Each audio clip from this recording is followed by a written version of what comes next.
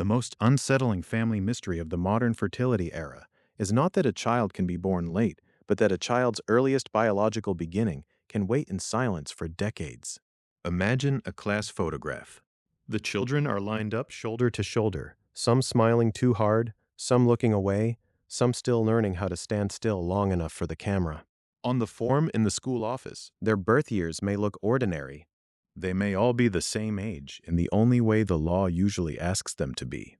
They may have the same grade level, the same field trips, the same lunch period, the same birthday party invitations taped to refrigerators. But hidden beneath that ordinary photograph, there may be another clock. One child's life may have begun in the usual way people imagine time: conception, pregnancy, birth, childhood. Another child, sitting only a few feet away, may have begun as an embryo in a laboratory before the other child's parents had finished growing up. Before smartphones. Before many of today's classrooms had internet connections. Before the world the child now lives in had taken its present shape. Not time travel. Not a ghost story. Not a child who aged in secret. Something quieter, stranger, and medically real. Embryo cryopreservation can separate a person's birthday from the date their embryo was created. It can place a pause between biological beginning and birth, a pause measured not in days or months, but in years, sometimes in decades. And when that pause ends, the result can look, on paper, like a contradiction that should not survive contact with ordinary language. A baby can be newborn, and the embryo from which that baby developed can have been created more than 30 years earlier. That is the central impossibility this story has to sit with before it explains anything away. Because once the science is understood, the mystery does not vanish. It changes shape. It becomes less like a supernatural puzzle and more like a question about how families now carry more than one timeline at once. Consider the phrase, born in the 21st century. It sounds simple. It sounds complete. A child born in the 2020s belongs to the 2020s. That is how school forms, medical charts, government records, and birthday cakes work. A birthday is a line drawn in public. It is the date a baby enters the world, breathes air, is named, held, photographed, counted. But in the cases at the center of this episode, that public date does not tell the whole story. Guinness World Records has described children born from embryos that spent extraordinary lengths of time in frozen storage. Lydia and Timothy Ridgeway were born on October 31st, 2022, after embryos created nearly 3 decades earlier were transferred to Rachel Ridgway. Later, Thaddeus Daniel Pierce was born in London, Ohio, on July 26, 2025, from an embryo Guinness described as having spent at least 31 years and 56 days in frozen storage. Those facts are not rumors. They are not folklore from the edge of medicine. They belong to the documented world of in vitro fertilization, embryo donation, frozen embryo transfer, and fertility clinics that store embryos in liquid nitrogen at temperatures so cold that development can be paused. But emotionally, the facts still land with force. If a child is born today from an embryo created in the early 1990s, then what exactly do we mean when we talk about age? The child is not 30 years old. The child has not lived 30 years. The child has not been waiting somewhere as a sleeping infant. That is an important boundary. The language can become misleading very quickly. A phrase like 30-year-old baby may attract attention, but it hides the real mechanism. The baby is a baby. The decades belong to the embryo's time and storage. And yet, the embryo was not nothing. It was an early human embryo, created through IVF, then frozen before development could continue. In that state, the ordinary forward motion of biological growth was halted. The embryo did not become a fetus, did not become a newborn, did not pass through childhood. It remained at an early developmental stage until it was thawed and transferred to a uterus. Only after implantation and pregnancy could the story move forward into birth. That pause is the hinge of the whole mystery. A family photo usually promises a single present tense. Everyone in the frame appears to belong to the same moment. Children beside parents, siblings arranged by height, newborn in arms, grandparents leaning in at the edge of Sesquick. The image flattens time into one surface, but embryo cryopreservation makes that surface deceptive. One child in a family may be genetically connected to people from a reproductive decision made decades earlier. Another may have been conceived years later. Genetic siblings may be born far apart in time. Donors may have embryos created during one era and children born from those embryos in another. Recipients may carry and raise children whose embryonic origins began in a different family's fertility treatment long before. The photograph does not show any of this. It cannot. The camera sees faces, not storage records. It sees matching pajamas, not a freezing date. It sees a classroom row, not a laboratory history. It cannot show whether an embryo spent years in a tank of liquid nitrogen before becoming the child now holding a crayon. That is why the class photo is such a powerful image for this story, even if it is a metaphor rather than a single verified photograph. It helps us see the contradiction the records create. A group of children may share a legal birth year, but their earliest biological origins may be separated by a span that reaches back almost a generation. In ordinary life, we use birthdays as anchors. They tell us who is older, who is younger, who belongs to which cohort, which memories someone could plausibly have, which decade shaped them. But these cases break the instinct that a beginning and a birth must be close together. They force a separation between origin and arrival. One timeline belongs to the child's lived life. Another belongs to the embryo's creation. A third may belong to the family or clinic that stored it. And still another begins when recipients receive donated embryos and attempt a frozen embryo transfer. The mystery is not that these timelines cannot coexist. They can. The mystery is that our language was not built to hold them comfortably. Medical science has words for the process: embryo freezing, cryopreservation, vitrification, frozen embryo transfer, donation, thawing, implantation, live birth. Each term is precise in its own setting. But outside the clinic, the story becomes harder to name. People reach for analogies: time capsule, pause button, suspended animation. None is perfect. All are trying to describe the same fact. Development can be interrupted before a pregnancy begins and resumed much later under the right conditions. That interruption changes what a family record can mean. A birth certificate gives one date. Laboratory records may point to another. Donation records may connect one household to another. Genetic origins may not align with pregnancy, birth, or legal parentage in the way many people assume. The result is not an impossible family, exactly, but a family made legible only when more than one clock is allowed to run. And that is where the unease enters. Because once embryos can remain frozen for decades, the future of a family can outlive the moment in which those embryos were created. Decisions made during fertility treatment may echo far beyond the original treatment cycle.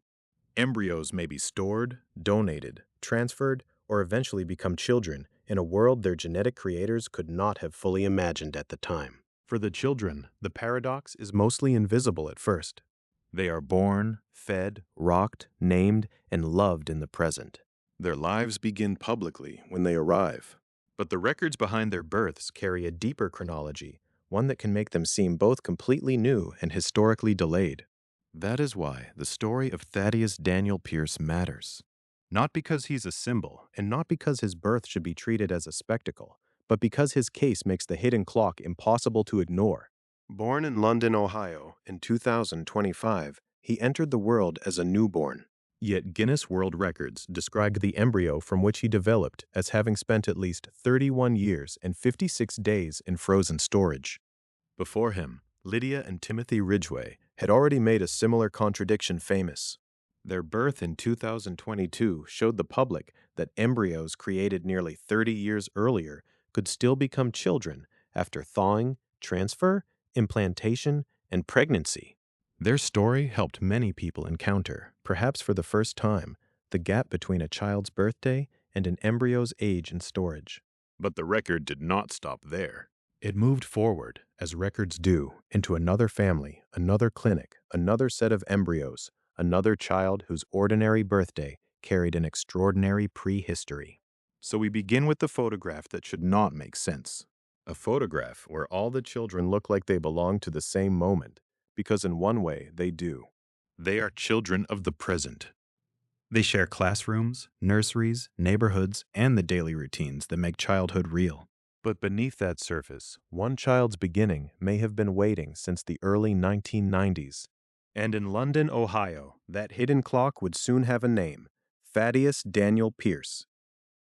And in London, Ohio, that hidden clock would soon have a name: Thaddeus Daniel Pierce. At first, there is nothing about that sentence that sounds impossible. London, Ohio is a real place, a small city west of Columbus, with ordinary streets, ordinary hospital routines, ordinary summer heat. A baby born there on July 26, 2025, would seem to belong entirely to that year. His birth certificate would not make him a child of any other time. His first breath, his first cry, the first moment his parents saw him as their son, all belong to the present. His name was Thaddeus Daniel Pierce, but the reason his story entered the record books was not only that he was born. It was that, according to Guinness World Records, the embryo that became Thaddeus had spent at least 31 years and 56 days in frozen storage before resulting in a successful pregnancy. That phrase is precise, almost clinical, and it needs to be handled carefully. It does not mean a baby was frozen for 31 years. It does not mean a child waited in a tank, aging somewhere outside the world. It means that a very early embryo, created long before Thaddeus was born, was cryopreserved, stored, later thawed, transferred, implanted, and carried through pregnancy. Still, even when the facts are stated plainly, the mind resists them. A child born in 2025. An embryo held in storage for more than 31 years. A birthday in the middle of the 21st century, joined to a biological beginning that reaches back before many of today's parents were adults. This is the quiet contradiction at the center of the story. Not a supernatural one, not time travel, but a contradiction in how we normally imagine a human life unfolding. We usually think of beginnings in a straight line: conception, pregnancy, birth, infancy, childhood. One event follows another, with no great interruption. The body develops continuously. The calendar moves forward. The family marks weeks, months, and years in a rhythm everyone understands. Embryo freezing changes that rhythm. It inserts a pause so long that it begins to feel unreal. Guinness World Records described Thaddeus Daniel Pierce as the newest record case in this unusual category, the oldest human embryo used in a successful pregnancy. Before him, the public record had belonged to Lydia and Timothy Ridgeway, twins born in 2022 after embryos created nearly 3 decades earlier were transferred to Rachel Ridgeway. Their case had already stretched ordinary language. Reporters and readers tried to summarize it with phrases that sounded strange because the situation itself was strange. Children could be newborns, toddlers, or classmates, and yet their embryos could have originated decades before their birth. Then came Thaddeus. The record moved from the Ridgeway twins to a baby born in Ohio, and the timeline stretched farther. Guinness reported that his embryo had spent at least 31 years and 56 days in frozen storage. The wording matters. At least leaves room for the way record categories depend on documented dates and verifiable storage histories. Frozen storage points to the mechanism, not a metaphor. Successful pregnancy marks the end of a chain that had to pass through multiple uncertain stages before anyone could speak of a record at all. That is part of what makes this story so different from the way it might sound at first. The record was not achieved at the moment an embryo was created. It was not achieved simply because an embryo remained frozen. It became a record only when that stored embryo was later involved in a pregnancy that led to a live birth. The record depended on survival after thawing, on transfer into a uterus, on implantation, on pregnancy, and finally on birth. Each step matters because frozen storage alone does not make a child. It preserves a possibility. For Lindsay and Tim Pierce, Thaddeus was not an abstract possibility. He was their son. Their names belong in the story because they remind us that these record cases are not only medical curiosities, they are family stories. The public sees the number first: 31 years and 56 days. The family lives the ordinary reality that comes after it: feeding, holding, naming, learning the baby's face, answering the questions that arrive when a private hope becomes a public record. A record title can make a birth sound distant, almost technical. But every such title is attached to a child who will grow up in real time, not frozen time. And that is why the place and date should stay simple. London, Ohio, July 26, 2025. Thaddeus Daniel Pierce. Those details anchor the story before it expands backward. Without them, the case can float into myth. With them, it becomes harder to misunderstand.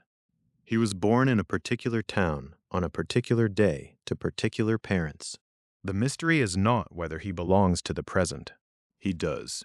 The mystery is that the documented beginning of the embryo that became him does not sit close to that birthday. It sits far behind it. In a normal family photograph, dates remain invisible. No one looking at a newborn can see the age of the embryo in storage.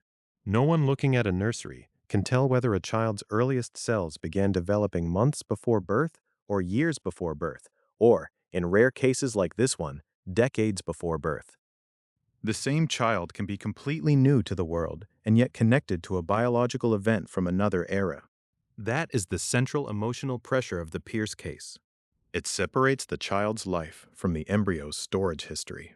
Thaddeus was not 31 years old when he was born. He was a newborn. But the embryo associated with his birth had been held in cryogenic storage for at least 31 years and 56 days. The difference between those two statements is the difference between sensationalism and accuracy. It is also where the mystery becomes deeper, not less. Because once we understand that no baby was frozen for decades, the question changes. It is no longer, how can a baby be 31 years old? That question is built on a false image. The better question is, how can a human beginning be placed on hold for more than 31 years and then become part of a living family? That question leads us into the world behind the record. Fertility medicine, embryo donation, storage tanks, clinic records, legal and ethical language, and families who may be connected through genetics without sharing a household or a generation. The record number is only the surface. Beneath it is a chain of custody and care. Embryos created, embryos preserved, embryos donated, embryos received, and finally, one embryo that became a child. In the Pierce case, that chain reaches back to embryos originally created in 1994. That date changes the atmosphere of the story. It pulls the beginning away from the year of Thaddeus's birth and places it in a decade of older records, earlier fertility treatment, and people making decisions without knowing how far into the future those decisions might travel. The early 1990s are not ancient history.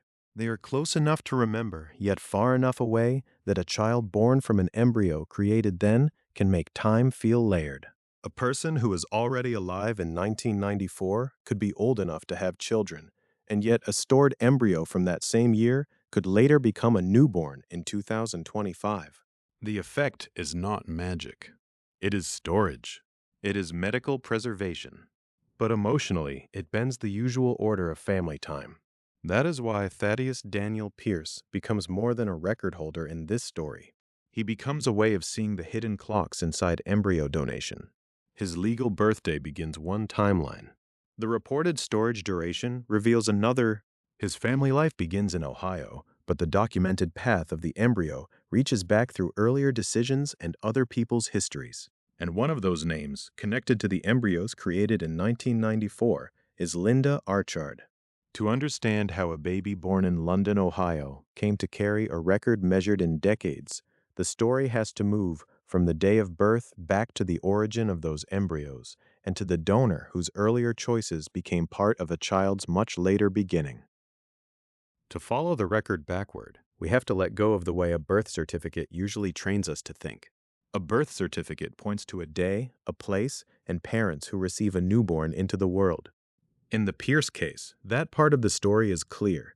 Thaddeus Daniel Pierce was born in London, Ohio, to Lindsay and Tim Pierce. But the record attached to his birth does not begin in the hospital room. It begins with embryos, created in 1994. That date changes the emotional temperature of the story. 1994 is not ancient history, but it belongs to a different room in American life. It is a year of paper medical charts, early internet connections, and fertility medicine that had already made extraordinary progress, but had not yet become part of ordinary public conversation in the way it is today. In that year, embryos were created through in vitro fertilization. They were not children waiting in a nursery. They were microscopic beginnings, made outside the body, at a stage before pregnancy, before birth, before any ordinary childhood milestone could begin. And then, instead of being transferred immediately, they were frozen. That is the first hinge in the documented chain. Creation did not lead straight to pregnancy. It led to storage. The embryos entered a suspended medical interval, the kind of interval that makes the Pierce story feel impossible until the mechanism is understood. Development was paused. The calendar outside kept moving. Families changed, records accumulated, clinics handled storage, and the world went on. But the embryos remained in the frozen state that makes such long delays possible. The name connected to those embryos at the beginning of the chain is Linda Archard. She is described in reporting on the case as the original embryo creator and donor connected to the embryos later received by Lindsay and Tim Pierce. Her place in the story matters because embryo donation is not an abstract system. Behind every donated embryo, there is a prior cycle of fertility treatment, a prior set of decisions, and often years of private thought about what should happen to embryos that remain in storage. In public, these stories are often compressed into phrases like, an embryo from 1994, or a 30-year-old embryo. Those phrases are useful, but they can hide the human sequence. The embryo was created first. It was frozen and stored. Later, it was made available through donation. Then recipients entered the chain. Only after thawing, transfer, implantation, pregnancy, and live birth could a child be born. That is why this case is not simply about one remarkable newborn. It is about custody of a beginning across time. Lindsay and Tim Pierce did not create those embryos in 1994. They received donated embryos that had already carried a long history before they came into the Pierce's family story. The result was Thaddeus Daniel Pierce, born in 2025, whose embryo Guinness World Records described as having spent at least 31 years and 56 days in frozen storage. The number belongs to the embryo's storage history, not to the baby's lived age. But it is still a real number, because it marks the time between the embryo's early creation and the pregnancy that eventually brought him into the world. This is where the mystery deepens without becoming supernatural. Ordinarily, when we imagine family time, we imagine one line moving forward. Parents are born, grow up, have children. Children are younger than their siblings. A generation has a rough shape. But embryo cryopreservation can introduce a second line. The genetic beginning of a child can belong to one period, while the pregnancy and birth belong to another. A child born in 2025 can have an embryonic origin in 1994. A legal newborn can carry a biological timestamp from a decade before many of the adults around him began their own present-day lives. The chain from Linda Archard to Lindsay and Tim Pierce is important because it shows that the record was not a single event. It was the consequence of linked decisions across decades. Embryos had to be created. They had to be preserved. They had to remain viable through storage.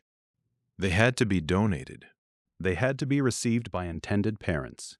And after all of that, at least one had to lead to a successful pregnancy and live birth.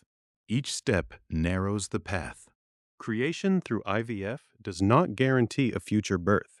Freezing does not guarantee thaw survival. Thaw survival does not guarantee implantation. Implantation does not guarantee a full pregnancy. And a pregnancy does not always end in live birth. That is why a case like this becomes a record. Not because the science violates nature, but because so many fragile stages had to connect after such a long pause. The documented facts also keep the story anchored. The embryos were originally created in 1994. Linda Archard is the original embryo creator and donor connected to them. Lindsay and Tim Pierce later received donated embryos from that earlier creation. Thaddeus Daniel Pierce was born in London, Ohio, on July 26, 2025. Guinness World Records then described his embryo as having spent at least 31 years and 56 days in frozen storage, making the case the newest record in this unusual line of births. Seen in order, the case becomes less like a riddle and more like a relay. Linda Archard's part belongs to the beginning, the creation of embryos through fertility treatment and the later decision to donate. Lindsay and Tim Pierce's part belongs to the receiving end, the hope that donated embryos could become children in their family. Thaddeus's part begins at birth, where most public stories of babies begin, but where this one reveals the earlier chapters hidden beneath the date. That relay is delicate to describe, because the words can easily become too dramatic. The embryos were not conscious children waiting through the 1990s, the 2000s, and the 2010s. They were early embryos in frozen storage. At the same time, the emotional reality should not be flattened. For donors, donated embryos can represent possible genetic children born into another family long after the embryos were created. For recipients, donation can make pregnancy and parenthood possible through embryos with a prior history. For the child, the facts of origin may one day include people and dates that do not fit neatly into a simple family timeline. That is the quiet tension of the Pierce case. It is medically explainable, but personally complicated. The date 1994 does not make Thaddeus older than other babies born in 2025. It does not move him outside normal childhood. It does not mean he lived through the decades he spent in storage. But it does mean that his earliest biological beginning was separated from his birth by more than 30 years. In that gap, the embryo remained paused while the human world around it did not. And once that is understood, the class photo image from the beginning of the story becomes sharper. The children standing together may share a school year, a neighborhood, and a present moment, but the hidden origin dates underneath their lives could be very different. One child's beginning may trace back to the year before he was born. Another's may trace back to embryos created before many current parents were adults. The surface of the photograph still looks ordinary. The underlying timelines do not. Thaddeus Daniel Pierce now sits at the front of the record story because his embryo's storage duration exceeded the record that came before. But his case did not appear in isolation.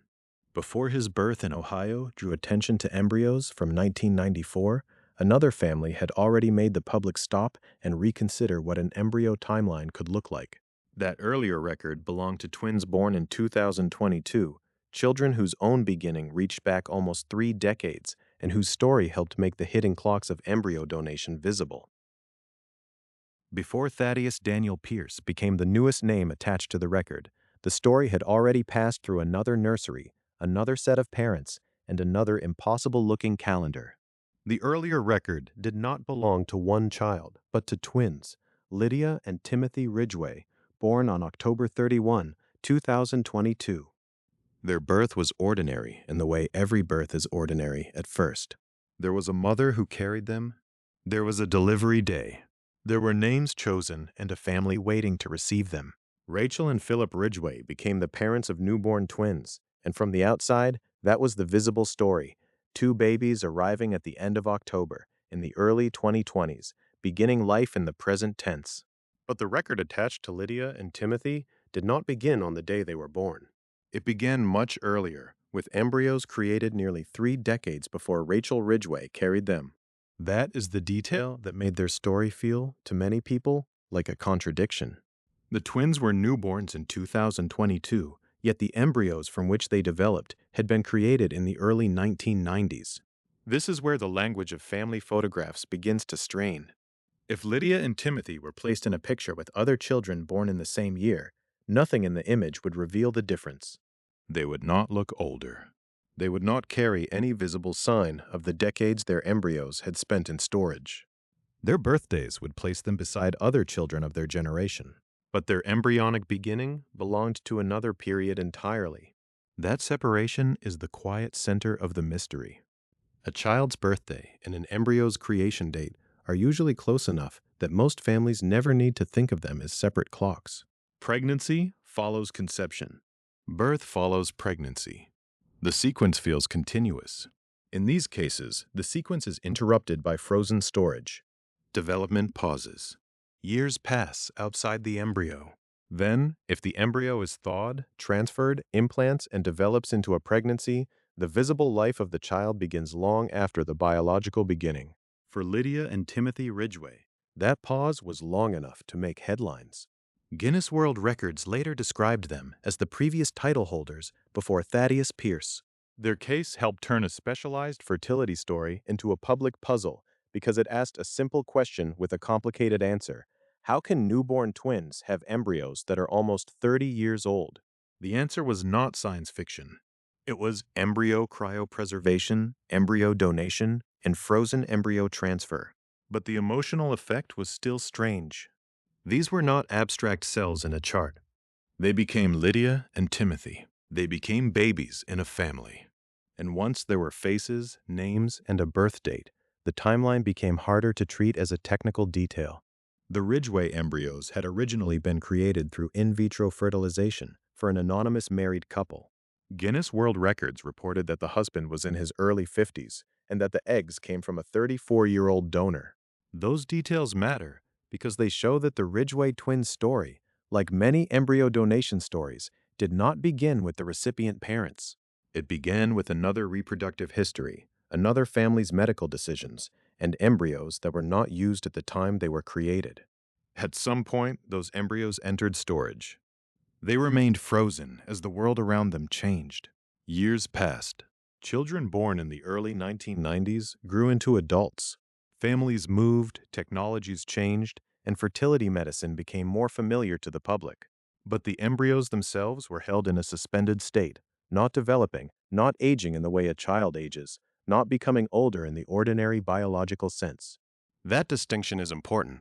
When headlines describe a baby as being born from a decades-old embryo, the phrase can sound as if the child somehow existed for decades.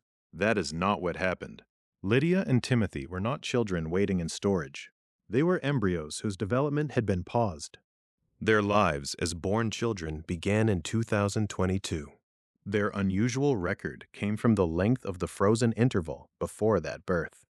Still, even when explained carefully, the timeline is unsettling. It creates family relationships that do not fit the usual calendar. The Ridgeway twins were the youngest children in their household, but their embryos were older than their living siblings. That sentence is not a riddle. It is the result of separating embryonic origin from birth order.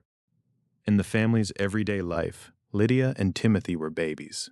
In the technical history of their embryos, their beginning reached back before their siblings were born. This is why the Ridgeway case became a midpoint in the larger story. It gave the public a way to see that embryo storage was not only a laboratory matter, it could shape the way families understood age, origin, and kinship. It could produce children whose birth certificates belonged to the present, while their earliest biological record belonged to a time before many people had ever heard of embryo donation. The route of the embryos also matters. Guinness World Records reported that the Ridgeway embryos were kept for 15 years at a United States West Coast fertility lab. Then, in 2007, they were donated to the National Embryo Donation Center in Knoxville, Tennessee. That center, a nonprofit established in 2003 and connected with Southeastern Fertility Center, became part of the chain that eventually led to Rachel Ridgway's embryo transfer. A chain like that can sound administrative: storage, donation, transfer, birth. But each word represents a threshold. Storage means the embryos remained preserved. Donation means a decision was made about their future. Transfer means a recipient's body was prepared and embryos were placed into the uterus. Birth means that at least one embryo survived the steps between frozen storage and life outside the womb. In the Ridgeway case, 3 embryos were transferred to Rachel Ridgway. 2 implanted. Those 2 became Lydia and Timothy. The record rests on that outcome, but the outcome was never guaranteed simply because the embryos existed. Frozen embryos must survive thawing. They must be transferred at the right time. Implantation must occur. Pregnancy must continue. Live birth must follow. The story sounds impossible only if all those stages are collapsed into one word. When separated, the process becomes clearer and perhaps even more remarkable. The twins' birth also changed the way many people heard later cases. When Thaddeus Pierce was born in 2025 from an embryo that Guinness described as having spent at least 31 years and 56 days in frozen storage, his story extended a path the Ridgeway twins had already made visible. The Pierce record surpassed theirs, but it did not erase them. Lydia and Timothy were the case that had already taught the public to look beneath the birthday. That is the reason their story belongs at the center of this episode. It is not just that they held a record. It is that their record showed how ordinary family time can conceal another clock. A pair of newborn twins could be held, fed, photographed, and introduced to siblings while also carrying an embryo history that began nearly 3 decades earlier. The contradiction was not in the babies. It was in the assumptions people bring to time, birth, and beginnings. And at the heart of the Ridgeway timeline is one date that makes the whole mystery sharpen. It is the date reported for the freezing of the embryos, the point where their development was placed into suspension and the ordinary calendar began to split away from the biological one. For Lydia and Timothy, that date was April 22, 1992. April 22, 1992 is easy to pass over if we treat it as only a date in a record entry. It does not have the weight of a birthday. It does not name the day Lydia and Timothy Ridgeway were held for the first time, or the day Rachel Ridgeway delivered them, or the day their family began learning them as newborns. Those moments came later, on October 31st, 2022. But in the Ridgeway story, April 22nd, 1992 is the hinge. It is the point where the usual sequence of human time stops behaving the way we expect. Before that date, the embryos belong to the ordinary flow of in vitro fertilization: eggs, sperm, a laboratory, early development, and the possibility of transfer. After that date, the embryos belong to a different kind of clock. They were no longer moving toward birth in the uninterrupted rhythm people imagine when they think of pregnancy. They were placed into frozen storage. That is why the story sounds impossible when it is shortened into a headline. Twins born in 2022 from embryos frozen in 1992. Children whose embryonic origin reaches back to a time before many of the adults reading the story had finished school, married, moved, or chosen a life. It seems at first as though the children are somehow older than their age, or as though their bodies carried 30 years of hidden growth. They did not. The key is that an embryo's origin date and a child's birth date are not always close together. In most lives, those 2 points are so close in time that we do not separate them in conversation. Conception begins a pregnancy. Pregnancy leads toward birth, and the child's story is told from the date on the birth certificate. The early biological beginning remains private, invisible, and recent. Cryopreservation changes that. In the Ridgeway case, the reported freezing date gives us the moment of separation. April 22, 1992 marks the point when the embryo's development was paused, while the rest of the world continued without them. Presidents changed. Families formed and separated. Children born in that era grew into adults. Fertility clinics changed practices. The National Embryo Donation Center would not be established in Knoxville, Tennessee until 2003.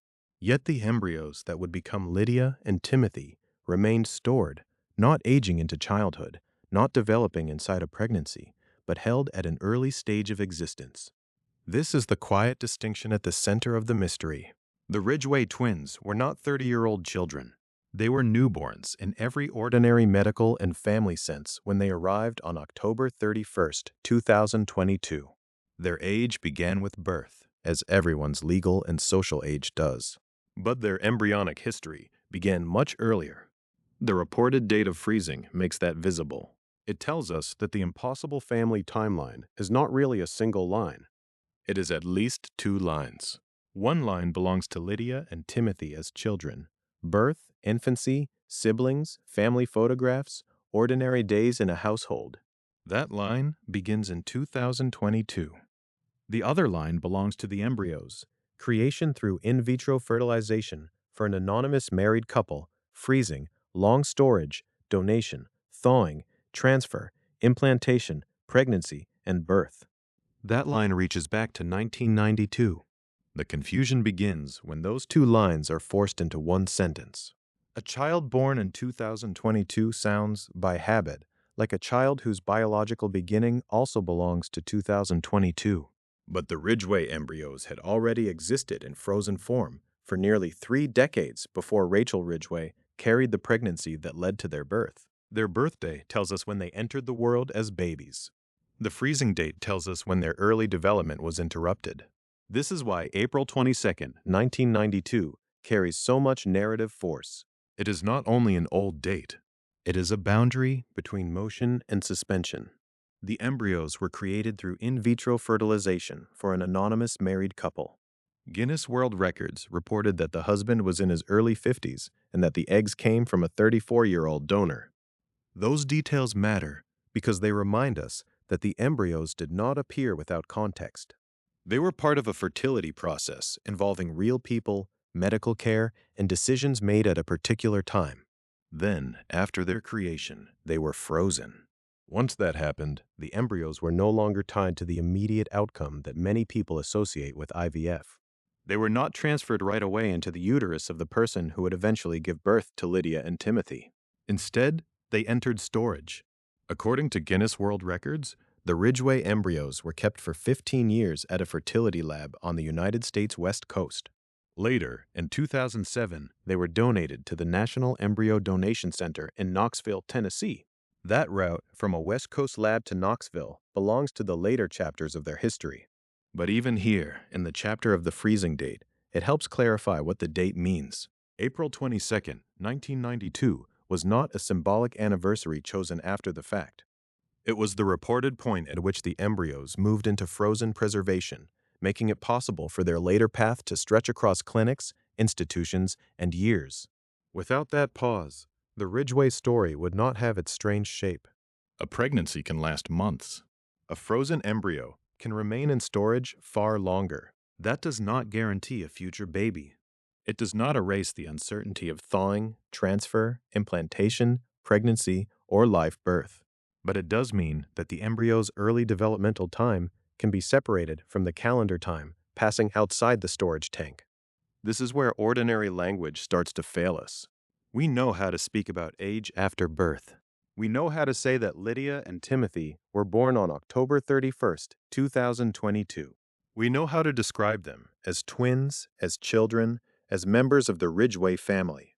But when we try to describe the embryos that became them, we borrow phrases that can be misleading. We say oldest embryos, or 30-year-old embryos, or even, in looser headlines, 30-year-old babies. That last phrase is not accurate if it makes listeners imagine a baby aging in a freezer. Nothing like that happened. The Ridgeway twins did not spend 30 years as babies.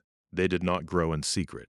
The embryos were microscopic beginnings, frozen at an early stage, then later thawed and transferred. The age being measured in the record is not the lived age of the children. It is the length of time their embryos spent in frozen storage before a successful pregnancy and birth. And still, the emotional effect remains powerful. Because once we understand the distinction, the story becomes less like a trick and more like a rearrangement of family time. Lydia and Timothy entered their home as the youngest children. Yet the embryos from which they developed had been created before many later events in that same family's world. In that sense, the family photo contains two kinds of youth at once: the visible youth of newborns and the hidden antiquity of embryos whose origin date belongs to another decade. April 22, 1992, also changes how we think about beginnings. In ordinary family storytelling, beginnings are often attached to pregnancy or birth: the first ultrasound, the due date, the delivery room, the first cry.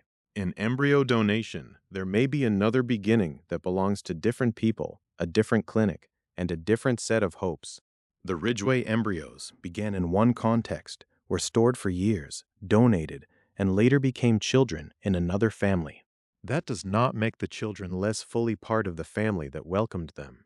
But it does mean their documented origin cannot be contained by one household's calendar.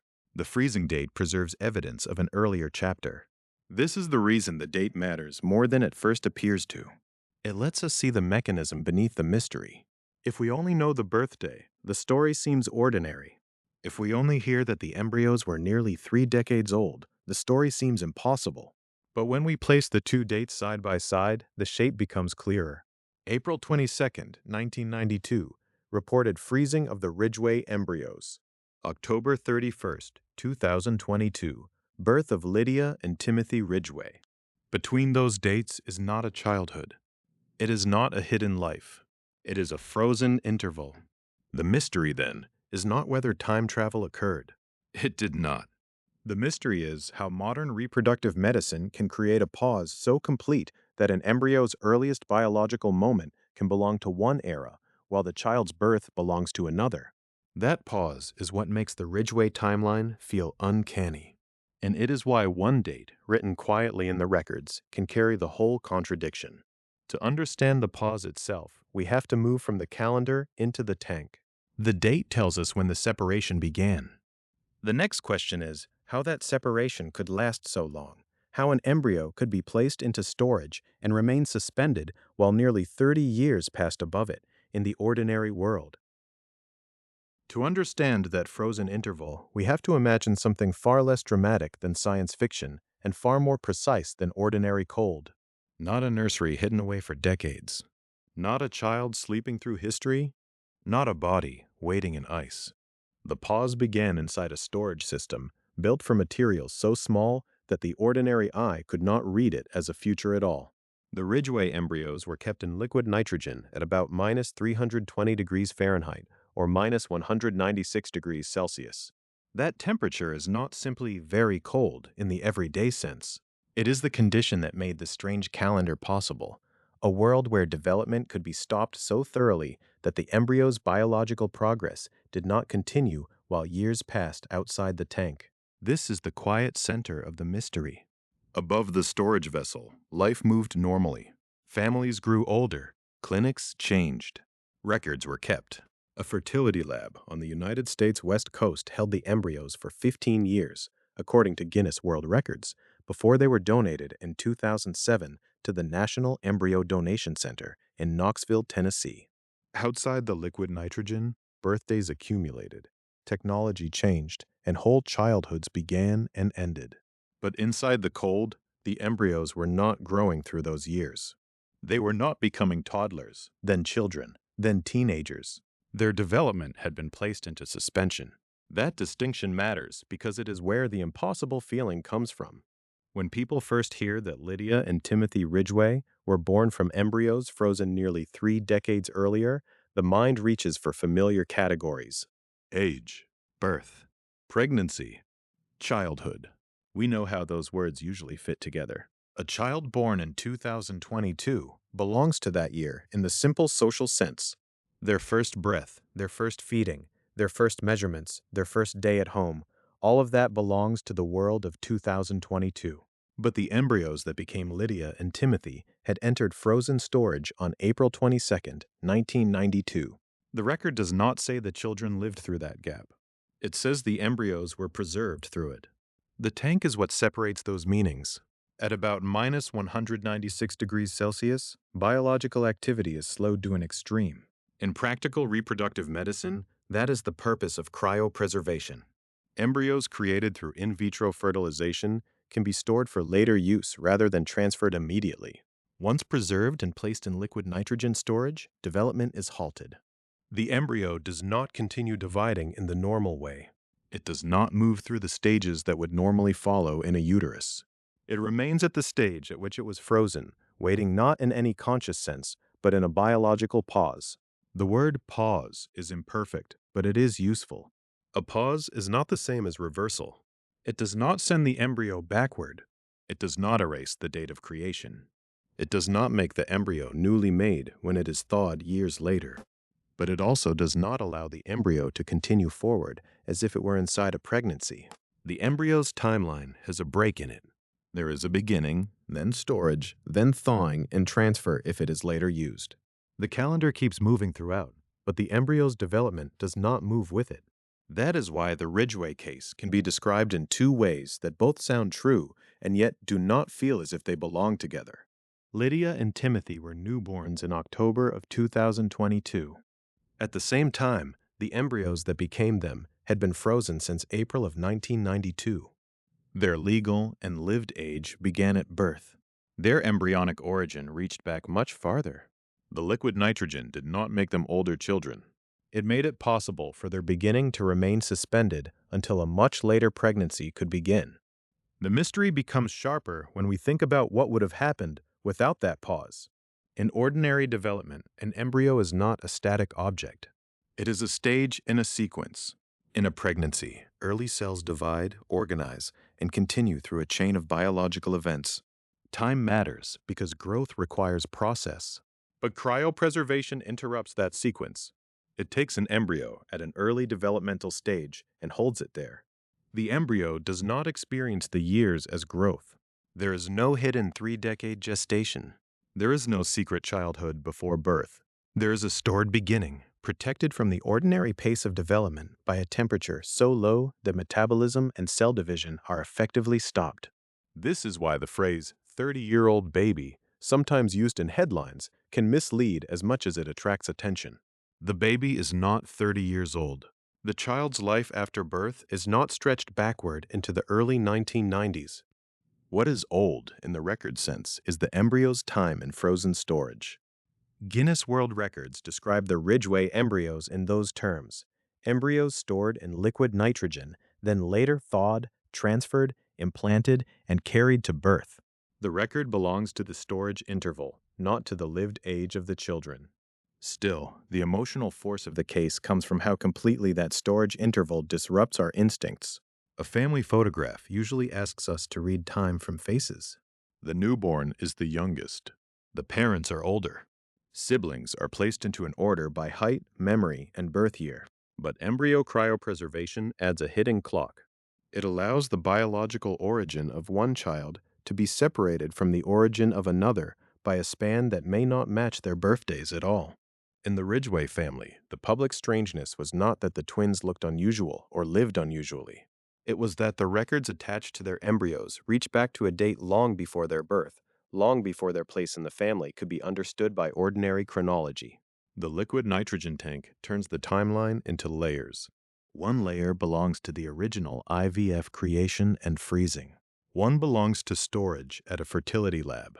One belongs to donation, including the reported move in 2007 to the National Embryo Donation Center in Knoxville. One belongs to thawing and transfer. One belongs to pregnancy. And one belongs to birth. We usually compress all of that into a simple sentence: the twins were born in 2022. But the record asks for more patience. It asks us to separate the moment an embryo came into being from the moment a child entered the world. There is no magic in that separation, but there is a kind of quiet astonishment. Liquid nitrogen is not dramatic in the way a mystery story might want it to be. It is a material used because it can maintain extremely low temperatures. In embryo storage, that cold becomes a form of medical stillness. The embryos are not preserved by being kept merely cool, like something in a household freezer. They are held at a cryogenic temperature, around minus 320 degrees Fahrenheit. At that level, the point is not comfort or delay in the ordinary sense. The point is to prevent the biological activity that would otherwise make continued development possible. And that is the answer to the question left by April 22, 1992. How could an embryo placed into storage on that date later become a child born on October 31st, 2022? Because the embryo's development was halted while in liquid nitrogen? The years in between were real years for everyone outside the tank. They were not years of embryonic growth inside it. The pause was not metaphorical in its consequence. It was the mechanism that allowed the Ridgeway embryos to remain viable across a span that makes the human story feel out of joint. But the tank itself is only part of the explanation. Cold can halt development, but freezing living cells is not as simple as lowering the temperature. Cells contain water. Water can form ice. Ice can damage the structures that make life possible. So the deeper scientific question is not only how embryos can be stored in liquid nitrogen, but how they can be prepared for that cold and later survive it. The pause depends on protection as much as temperature. To understand how a fragile beginning can be frozen without being destroyed, we have to look at the methods designed to guard it before it ever reaches the liquid nitrogen. The tank can create the pause, but it cannot create safety by itself. Liquid nitrogen gives the embryo a world cold enough for development to stop, yet before that embryo can enter such a world, it has to pass through a more delicate doorway. The living cells must be protected from the very thing that makes freezing dangerous. That danger begins with water. Inside cells, water is ordinary and essential. At normal temperatures, it is part of the environment in which cellular structures can remain intact. But when water freezes, it can become sharp in a microscopic sense. It can form ice crystals. And for an embryo, which is only a tiny cluster of early cells, those crystals are not harmless. They can injure the cell, disturb its structures, and damage the beginning that doctors are trying to preserve. This is why embryo freezing is not simply a matter of placing something in a freezer and waiting. The Human Fertilization and Embryology Authority, known as HFEA, describes embryo freezing as a process that uses cryoprotectant solutions. Those solutions help protect the embryo's cells from ice crystal damage. The key idea is that the water inside the cells must be managed before the cold becomes extreme. In plain language, the embryo has to be prepared so that freezing does not behave like ordinary freezing. Cryoprotectants are part of that preparation. They are protective substances used during embryo freezing, and their role is not decorative or incidental. They change what happens inside and around the cells as the temperature drops. HFEA explains that these cryoprotectant solutions draw water out of the cells and help guard against the formation of damaging ice crystals. Johns Hopkins Medicine describes the process in a closely related way. During embryo freezing or vitrification, water in embryo cells is replaced with a protective fluid. That small sentence carries much of the science behind the mystery. The embryo is not being protected because it is large or strong.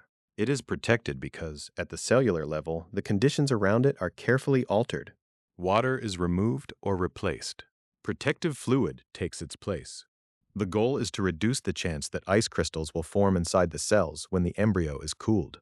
If the water remained in the wrong way, freezing could be destructive. If it is managed correctly, the embryo can be brought into a state where development is paused without the same kind of damage. This is the hidden work behind the public phrase, frozen embryo. The phrase can sound simple, even blunt. It makes the embryo seem like an object placed into cold storage, like a vial on a shelf. But the actual method is more controlled than that. The embryo is treated with solutions meant to protect its cells. Then, commonly, it is frozen using vitrification. That word matters because it points to a particular kind of freezing, one designed to avoid the slow formation of ice. Vitrification is often described as a fast freezing technique. Johns Hopkins Medicine says it uses flash freezing with liquid nitrogen to prevent damaging ice crystals. HFEA also identifies vitrification as a common method used before liquid nitrogen storage. The purpose is not just to make the embryo cold. The purpose is to make it cold so quickly and under such carefully prepared conditions that the water does not arrange itself into crystals that can tear through the fragile cell environment. Instead of ordinary freezing, vitrification aims for something closer to a glass-like state. That is the meaning embedded in the word. The material is cooled so rapidly with the help of cryoprotectants that it becomes solid without forming the usual ice structure. For an embryo, that distinction can be the difference between preservation and injury. It is a quiet technical detail, but it is also one of the reasons a date such as April 22, 1992, can remain connected to a birth decades later. The impossible-looking timeline depends on this kind of protection. When people first hear about Lydia and Timothy Ridgeway, or later about Thaddeus Daniel Pierce, the mind tends to jump toward the length of storage. Nearly 3 decades. More than 3 decades. Years passing over a clinic, a storage tank, a family, a country. But duration alone is not the mechanism. The years matter because they make the story startling. The mechanism is the pause, and the pause is only possible if the cells survive the act of entering it. That survival begins before the embryo reaches long-term storage. First, the embryo has to be exposed to a protective solution. The solution helps draw water out or replace it with protective fluid. Then the embryo is cooled rapidly through vitrification or flash freezing. Then it can be stored in liquid nitrogen in the suspended state described earlier. Each part of this sequence solves a different problem. The cold slows biological activity to a halt. The cryoprotectant reduces the danger from water. The speed of vitrification reduces ice crystal formation. The storage environment maintains the pause. Remove one piece, and the story becomes much harder to understand. The cold alone is not enough because unprotected water can freeze destructively. The cryoprotectant alone is not enough because the embryo still needs stable, long-term storage. Flash freezing matters because slow freezing gives ice more opportunity to form. Liquid nitrogen matters because the embryo must remain at a temperature where development is not continuing in any ordinary way. This is why the science feels almost paradoxical. To preserve a beginning, the process must interrupt the conditions that usually support life. Warmth, fluid movement, and development give way to chemical protection, extreme cold, and stillness. The embryo is not growing, not aging in the way a child ages, and not passing through stages of pregnancy. It is being held at a point so early that the later birthday will not reveal the older origin. That is the hidden split in the family timeline. A birth certificate records the day a child enters the world. It does not record the day the embryo was created, treated with cryoprotectants, flash frozen, and placed into storage. It does not show how long that embryo remained in liquid nitrogen. It does not show whether the child's biological beginning belongs to a decade before the parents married, before older siblings were born, or before the medical record became part of another family's story. In the public imagination, this can blur into something stranger than it is. A 30-year-old baby is a phrase that invites misunderstanding. The baby is not 30 years old. The child has not lived 30 years in secret. What has lasted is an embryo in storage, held at an early developmental point by cryopreservation. The body of the child develops later after thawing, transfer, implantation, pregnancy, and birth. The frozen interval belongs to the embryo's timeline, not to childhood. Still, the emotional force of the story remains. Because the embryo is not merely a sample in the abstract, it is a possible beginning. In these record cases, that beginning later became a child with a name, a family, and a birthday in the 21st century. The science does not make the story less uncanny. It makes the uncanniness more precise.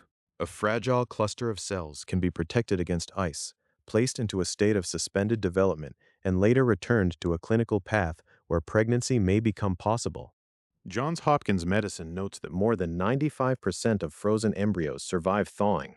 That statement helps explain why frozen embryo transfer is part of modern fertility treatment, but it should not be mistaken for a guarantee of birth. Survival after thawing is one hurdle. Implantation is another. Pregnancy is another. Live birth is another still.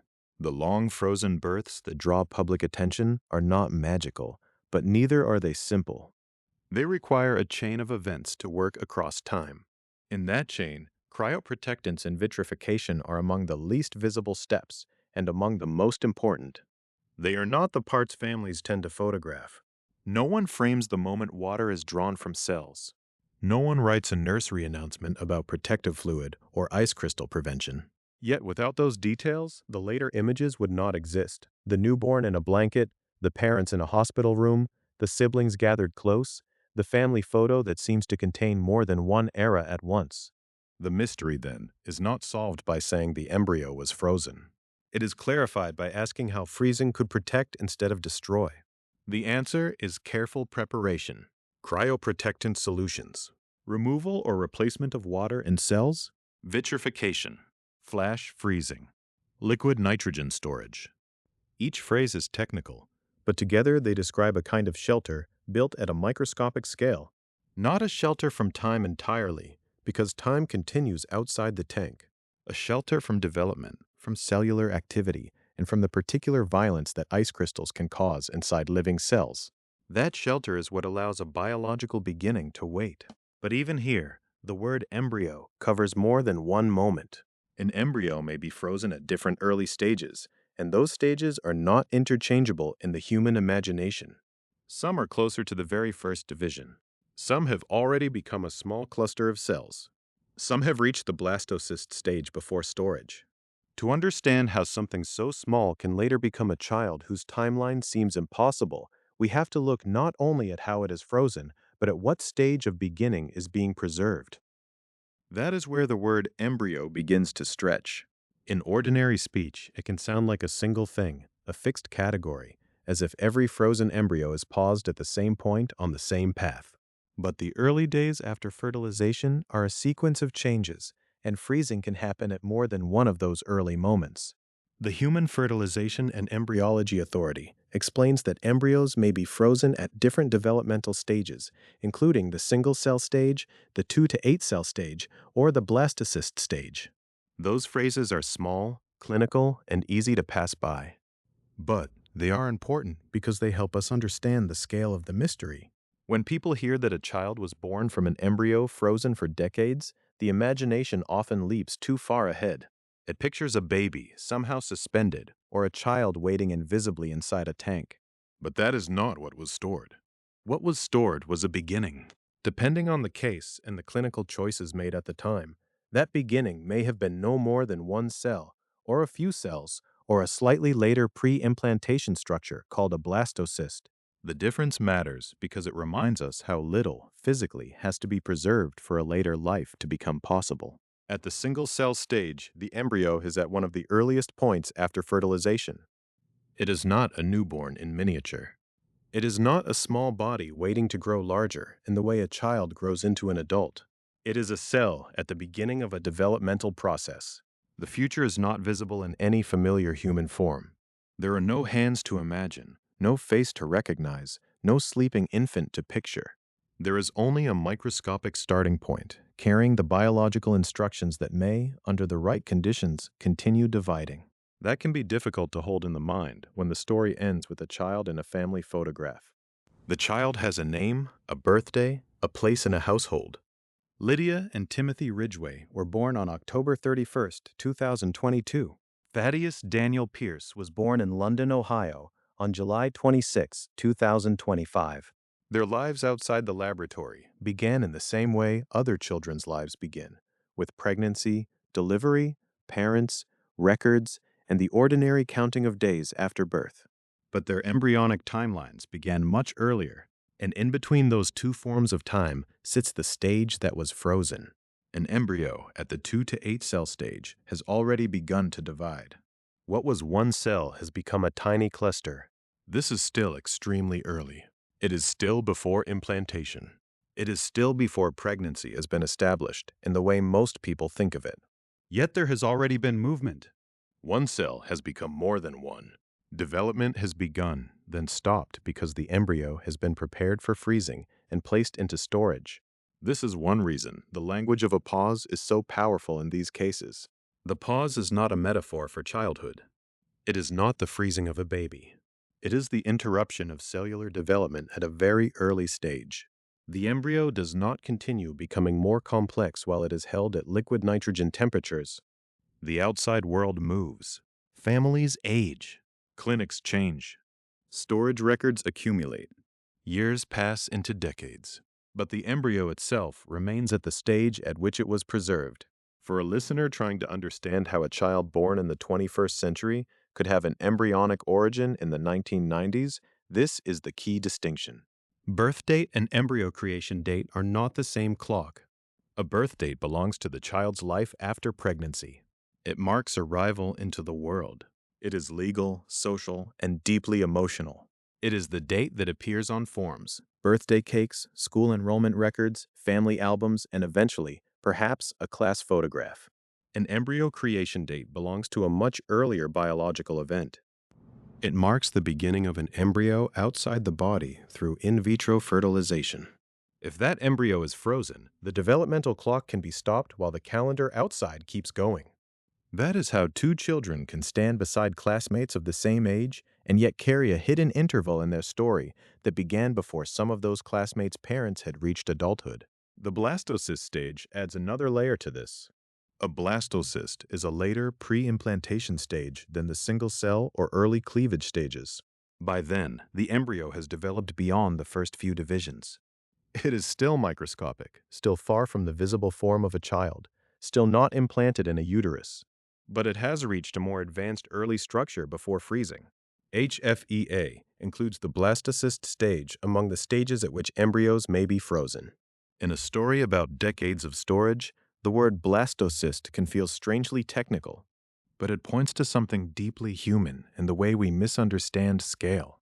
We are used to thinking of life stories as beginning with birth or sometimes with pregnancy. The technology of embryo freezing forces the timeline backward into a realm that most family stories never name. It asks us to think about a person's history, beginning with something smaller than ordinary sight, something stored in a clinic, something labeled and protected, something that may not become a pregnancy until years later. That is why these record cases feel so uncanny without being magical. The impossible feeling does not come from a violation of biology. It comes from a separation of stages.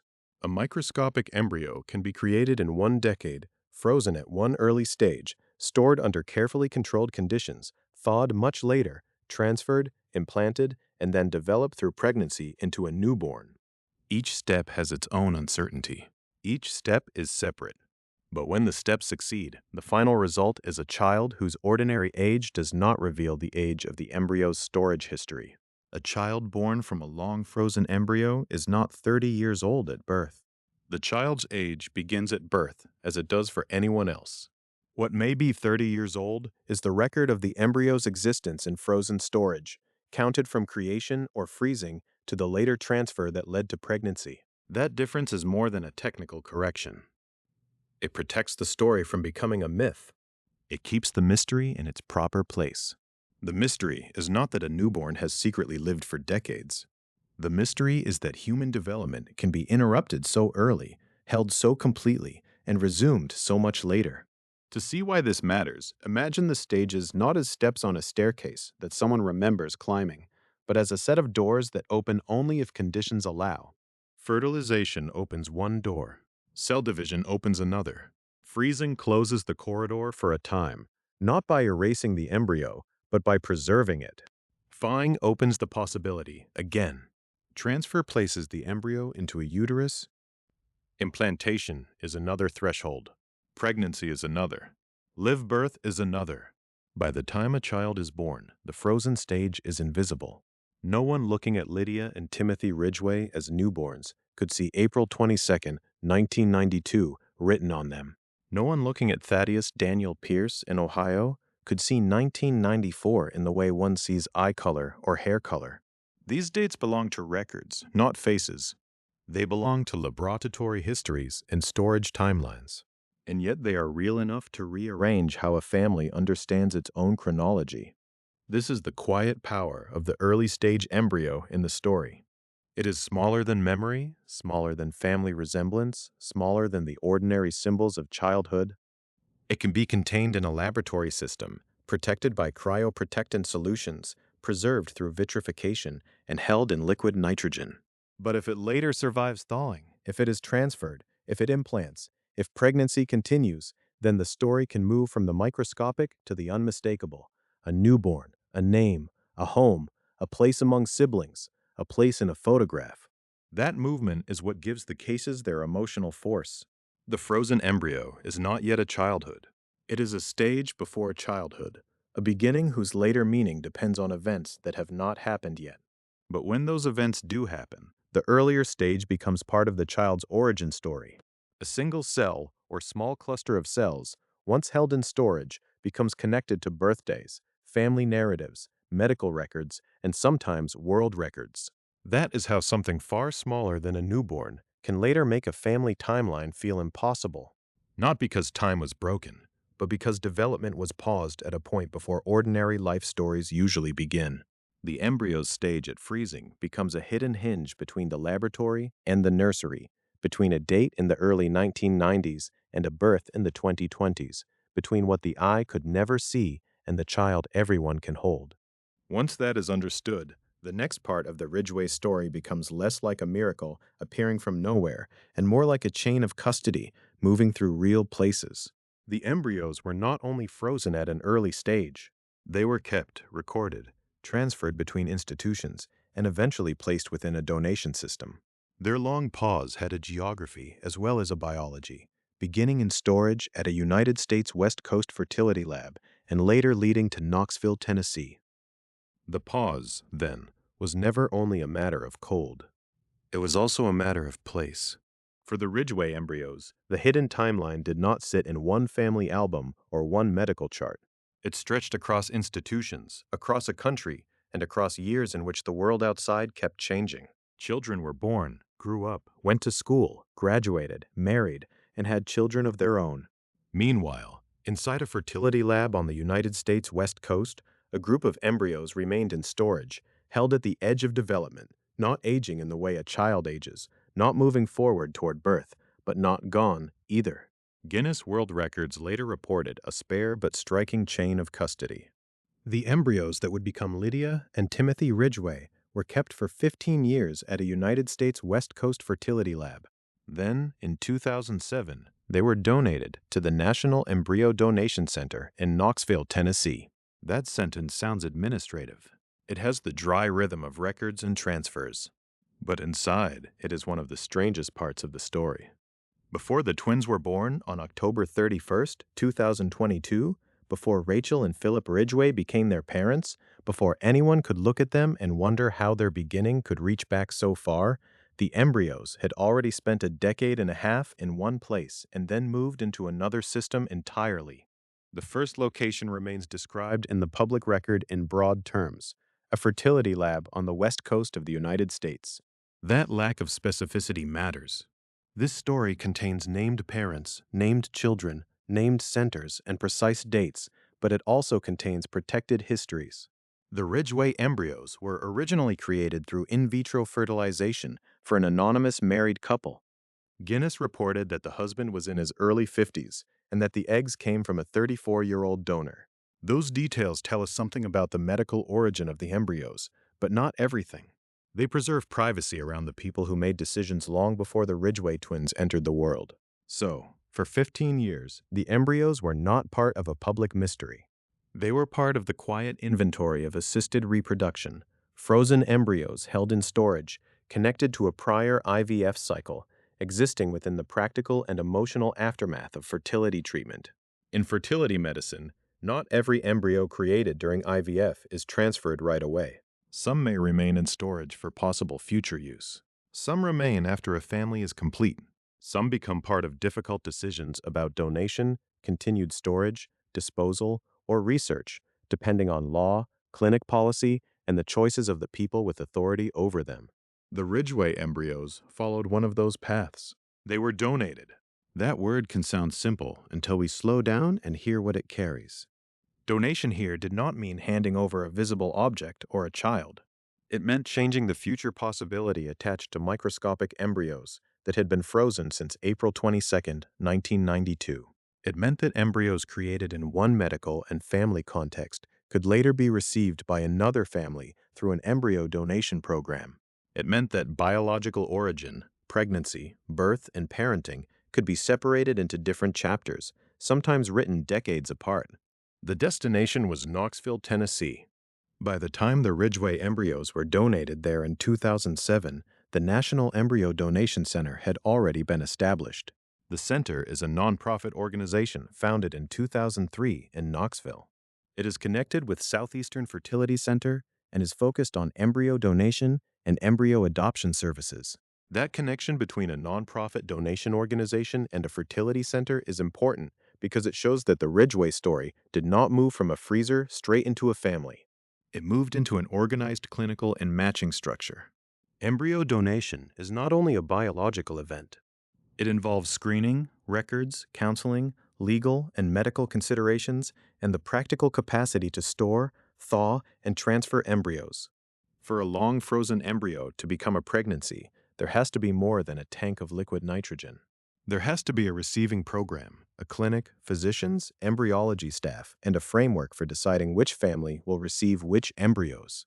The National Embryo Donation Center became one of the central places in this story because it occupies that space between storage and family. Its work is often described in the language of donation and, by some, embryo adoption.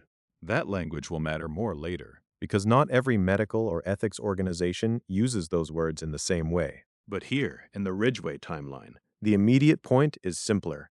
In 2007, the embryos were no longer only embryos held at a West Coast fertility lab.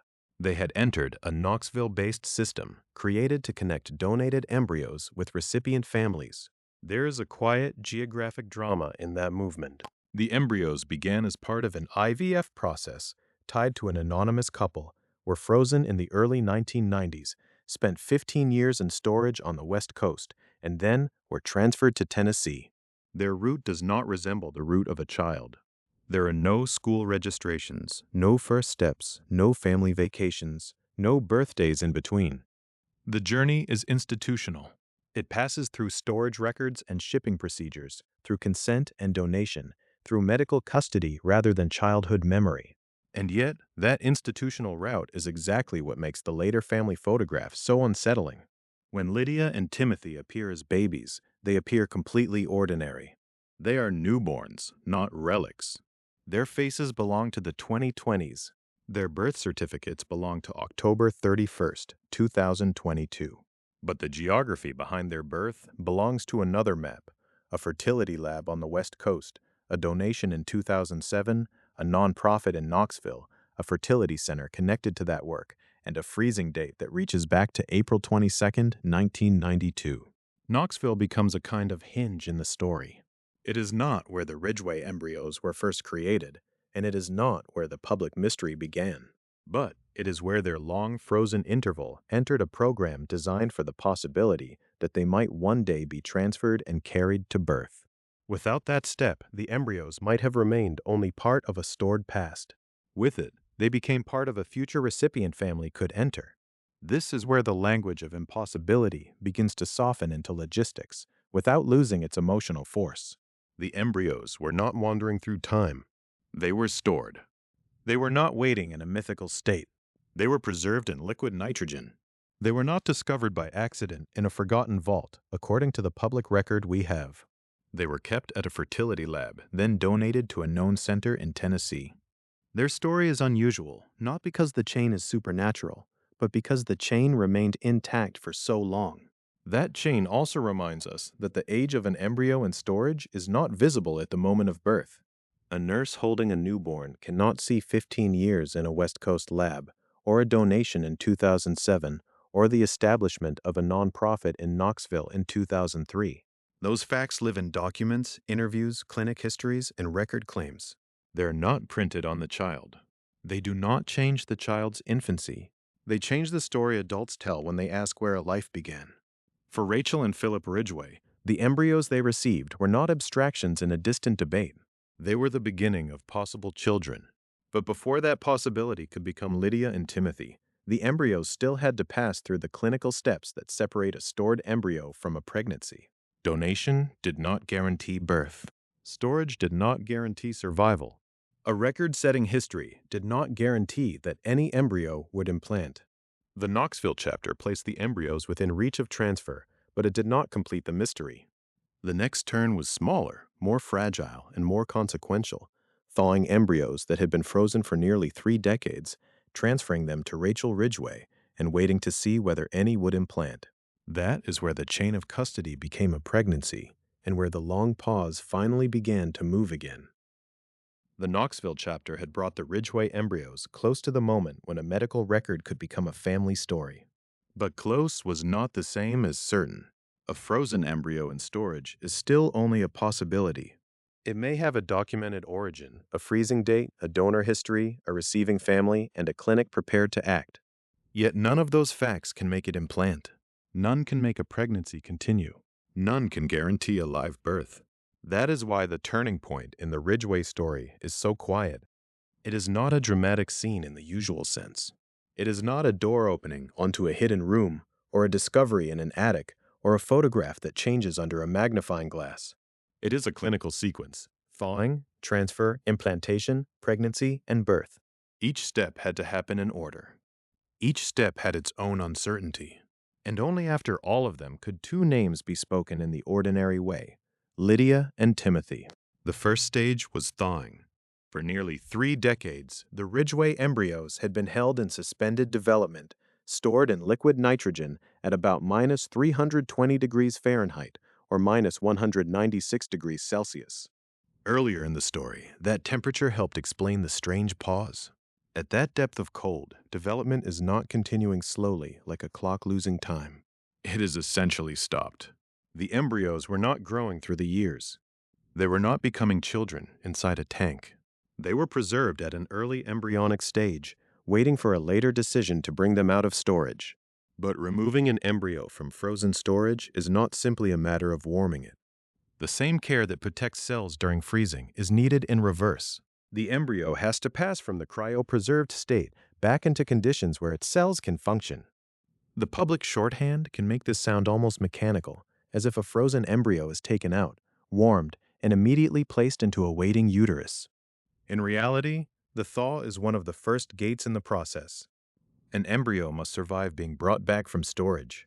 It must be judged suitable for transfer. It must still be capable of continuing development. This is part of what makes the Ridgeway case unusual, but not magical.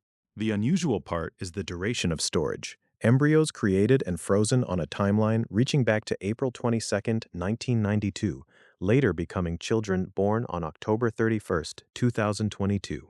The non-magical part is that the embryos still had to behave like embryos after thawing. Their long pause did not replace biology. It only delayed the moment when biology would have to resume. The second stage was transfer. In the Ridgeway case, 3 embryos were transferred to Rachel Ridgeway. That detail matters because it shows the difference between placing embryos in a uterus and knowing what will happen afterward. Transfer is an assisted reproductive technology procedure, not a promise. The clinical team can prepare the uterus. They can place the embryos. They can use techniques developed through in vitro fertilization and frozen embryo transfer. But after transfer, the next step is not controlled by a hand or an instrument in the same direct way. The word transfer can sound final, as if the important act has already happened. In the Ridgeway story, it was only the crossing of a threshold. The embryos had moved from storage, through thawing, and into Rachel Ridgeway's body. That was the moment when the long institutional chain ended and the maternal environment began. The route that had stretched from a West Coast fertility lab to the National Embryo Donation Center in Knoxville, Tennessee, now narrowed to one body, one cycle, and a period of waiting. This is where the mystery, if told carelessly, can become misleading. The embryos were old in one sense. Their creation and freezing belonged to the early 1990s. But the pregnancy was not old. Rachel Ridgeway did not carry a 30-year pregnancy. Lydia and Timothy did not develop for 30 years. The embryos had been paused, then thawed and transferred. From that point, if implantation occurred, the pregnancy would unfold on an ordinary biological timeline. The third stage was implantation. Of the 3 embryos transferred to Rachel Ridgeway, 2 implanted. Those 2 became Lydia and Timothy. This is the smallest sentence in the story, and perhaps the most consequential. Implantation is the point at which an embryo attaches and begins the biological relationship that can become a pregnancy. Without implantation, there is no pregnancy in the practical sense, no matter how long the embryo was stored, how carefully it was thawed, or how meaningful the donation was to the recipients. The embryo must connect with the uterine lining. It must begin the next stage of development within the body. 3 were transferred, 2 implanted. 1 did not become one of the Ridgeway children. That distinction is important because it keeps the story grounded. The outcome was extraordinary in public memory because the embryos had been frozen for almost 3 decades. But the process still included loss, selection, and uncertainty. Not every transferred embryo becomes a child. Not every thawed embryo implants. Not every pregnancy results in a live birth. The record-setting part of the case can make the ending feel inevitable when told backward. But for Rachel and Philip Ridgeway, living through it forward, the result was not guaranteed. The 4th stage was pregnancy. Once implantation occurred, the embryos that became Lydia and Timothy were no longer merely part of a storage story. They were part of a pregnancy. This is where the timeline begins to look ordinary again, even while the backstory remains strange. The children's embryonic origins belong to 1992. Their gestation belonged to Rachel Ridgeway's pregnancy in the 21st century. Their legal and lived birthdays would be October 31st, 2022. That separation is the heart of the apparent impossibility. A person's birth date usually feels like the beginning of their timeline. In ordinary family memory, the date on the birth certificate anchors the story. But assisted reproduction can introduce earlier dates that matter in a different way. The date eggs were retrieved, the date fertilization occurred, the date an embryo was frozen, the date it was donated, the date it was thawed, the date it was transferred. For Lydia and Timothy, the public fascination came from the distance between 2 of those points. Their embryos were reported as frozen in 1992. They were born in 2022. That does not make them 30 years old at birth.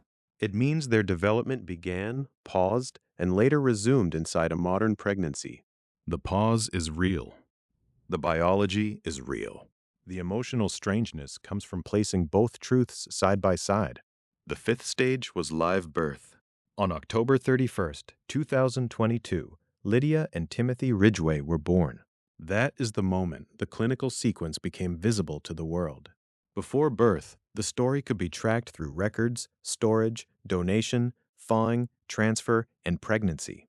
After birth, it could be seen in two newborns, then in two children whose origin story reached back before many adults around them had finished childhood themselves. Guinness World Records later recognized the significance of that outcome. The Ridgeway twins became known publicly because their embryos had been frozen for nearly 3 decades before resulting in a successful pregnancy and live birth. The record was not simply about storage. It was about storage followed by survival, transfer, implantation, pregnancy, and delivery. All of those stages had to line up. That is why the Ridgeway story should not be flattened into a phrase like 30-year-old babies. Such phrases may capture attention, but they blur the facts. Lydia and Timothy were newborns when they were born. Their bodies had developed during Rachel Ridgway's pregnancy. What was nearly 30 years old was the frozen interval in their embryonic history. Their lives did not violate time. Their origins revealed how reproductive medicine can divide time into parts that ordinary language is not built to hold. And yet, the result still feels uncanny. Not because it is supernatural, but because it rearranges the emotional order of family life. The embryos were created for an anonymous married couple through in vitro fertilization. Guinness reported that the husband was in his early 50s and that the eggs came from a 34-year-old donor. The embryos were stored, later donated, and eventually received by Rachel and Philip Ridgeway. By the time Lydia and Timothy were born, the world around those embryos had changed many times over. This is what made the Ridgeway twins a central chapter in the wider mystery. Their birth showed that the long frozen pause was not just theoretical. It could end in children with ordinary newborn faces and an extraordinary prehistory. It also showed that the record itself depended on more than a date on a storage label. The embryos had to survive the return from liquid nitrogen. They had to be transferred. They had to implant. They had to continue through pregnancy. They had to be born alive. For a time, Lydia and Timothy stood at the edge of what the public understood about embryo timelines. They made the hidden clock visible. But records built on medical possibility do not necessarily stay still. The same system that allowed their story to happen still existed after their birth: stored embryos, donation programs, recipient families, and clinics willing to work with embryos whose histories reached far back in time. And so the Ridgeway case did not close the mystery. It sharpened it. Because once the world had seen that embryos frozen in the early 1990s could become children in 2022, the next question was no longer whether such a thing could happen. It was how far the frozen interval might reach before another child arrived and moved the record again. The record moved because the same hidden machinery remained in place. After Lydia and Timothy Ridgeway were born, their story seemed, for a moment, to sit at the outer edge of possibility. Their embryos had been frozen in the early 1990s, stored for nearly 3 decades, thawed, transferred, implanted, and carried to birth. It was easy to imagine that such a case would stand alone for a long time, not because the science had stopped, but because every step in the chain was so unlikely to line up again. Yet the record did not end with the Ridgeway twins.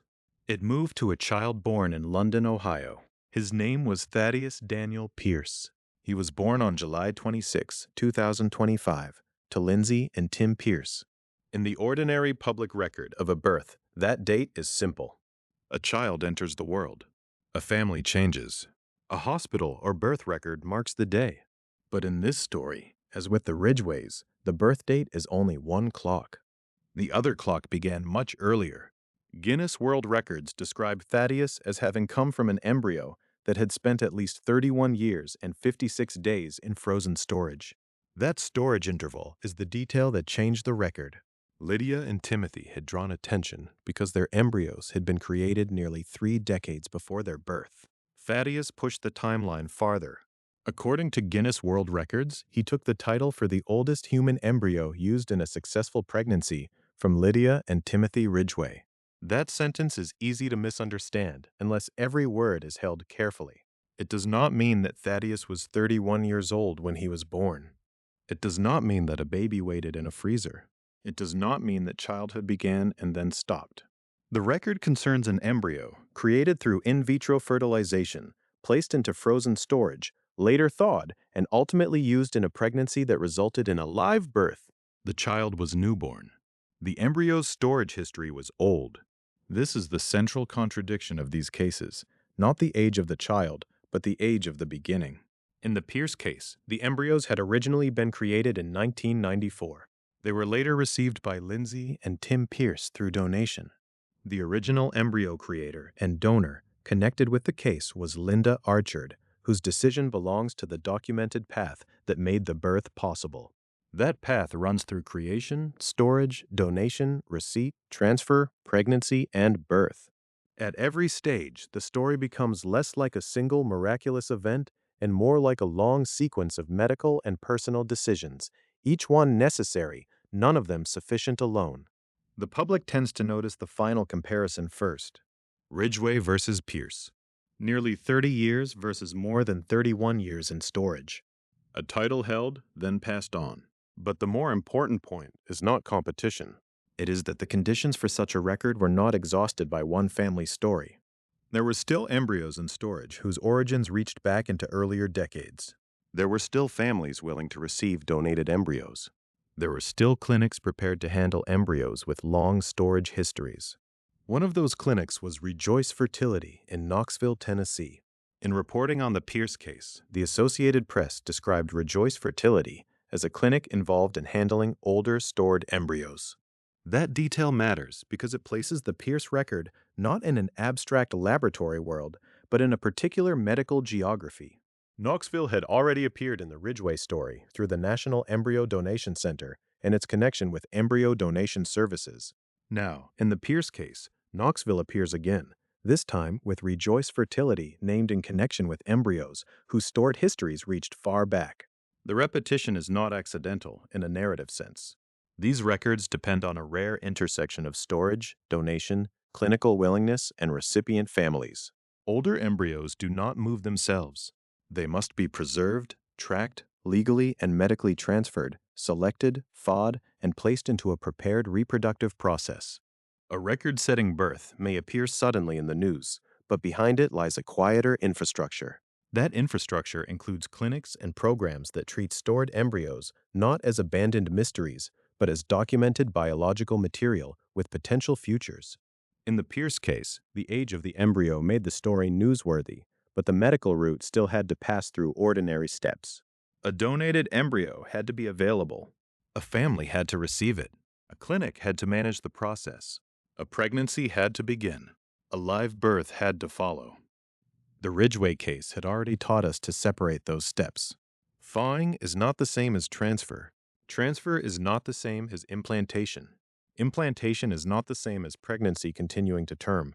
Pregnancy is not the same as a live birth. Each step narrows the path. When the embryo has been stored for decades, the public may focus on the freezer, but the freezer is only one part of the uncertainty. The interval in storage creates the mystery. The later clinical sequence determines whether the story becomes a child. This is why the Guinness title is so specific. It is not a record for the longest time an embryo was stored. It is a record for the oldest human embryo used in a successful pregnancy. The word successful carries weight. It means the case passed through the entire chain, all the way to birth. Many embryos may exist in storage. Some may be donated. Some may be thawed. Some may be transferred. But only a smaller number result in children. Thaddeus Daniel Pierce became the child at the end of that chain. His birth also changed how the Ridgeway story should be understood. Lydia and Timothy were not a closing bracket. They were evidence of a possibility that could recur. Their case showed the public that embryos frozen in the early 1990s could still be part of a living family story in the 21st century. The Pierce case showed that the boundary could move again, not by changing the science into something supernatural, but by applying the same basic mechanism to embryos with an even longer documented pause.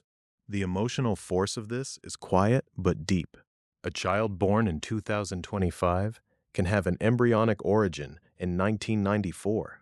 A family holding a newborn can also be holding the endpoint of a medical decision made more than 3 decades earlier. The people connected to that decision may have lived entirely separate lives. The world around the embryo may have changed almost beyond recognition. Yet the embryo's development was not unfolding during those years in the ordinary way. It was paused in frozen storage, waiting not as a growing child, but as a microscopic beginning. That is what makes the Pierce case feel impossible at first glance. A human timeline normally has a continuous shape: conception, pregnancy, birth, infancy, childhood. These cases break that expectation by inserting a long frozen interval before pregnancy. The result is not time travel. It is not immortality. It is a medical pause that ordinary family language was never designed to describe cleanly. For Guinness World Records, the comparison could be measured. The Ridgeway twins held the title, and Thaddeus Daniel Pierce took it after an embryo storage period described as at least 31 years and 56 days. For families, the meaning is less easily measured. For donors, there may be genetic connections reaching into the future. For recipients, there may be a path to parenthood through embryos created by someone else years earlier. For children born from these transfers, there may one day be questions about origins, dates, and the strange gap between biological beginning and birthday. The Pierce record therefore does more than replace one name with another. It extends the mystery from a single astonishing case into a pattern. Not a common pattern and not a guaranteed one, but a documented one. It shows that the frozen interval can last long enough to make a newborn's embryonic origin belong to a different era. It shows that records in reproductive medicine are not fixed monuments. They can move when stored embryos, recipient families, and clinical practice meet in a new way. But once the story becomes a pattern, another question begins to press in. How rare are these births, really? The record cases give us names: Lydia, Timothy, Thaddeus.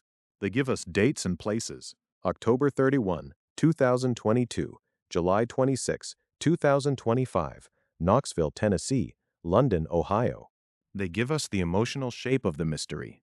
But records alone cannot tell us how often donated frozen embryo transfers lead to pregnancy or live birth, or how these extraordinary cases fit within the larger world of assisted reproduction. To see that wider frame, the story has to move away from the single record holder and into the numbers behind many transfers, many pregnancies, and many outcomes. Only then can the rare births be placed against the larger field that made them possible. The record cases give the mystery a face, but the wider pattern begins in a quieter place, not in a birth announcement, not in a family photograph, and not in a Guinness World Records entry, but in national data. That is where the story changes scale. Lydia and Timothy Ridgeway, and later Thaddeus Daniel Pierce, stand out because their embryo timelines stretched back into the early 1990s. Their stories feel almost impossible because a child's ordinary birthday is placed beside an embryonic beginning from another era. But they did not appear out of nowhere. They were part of a larger medical world in which frozen donated embryos can be thawed, transferred, and sometimes carried to birth.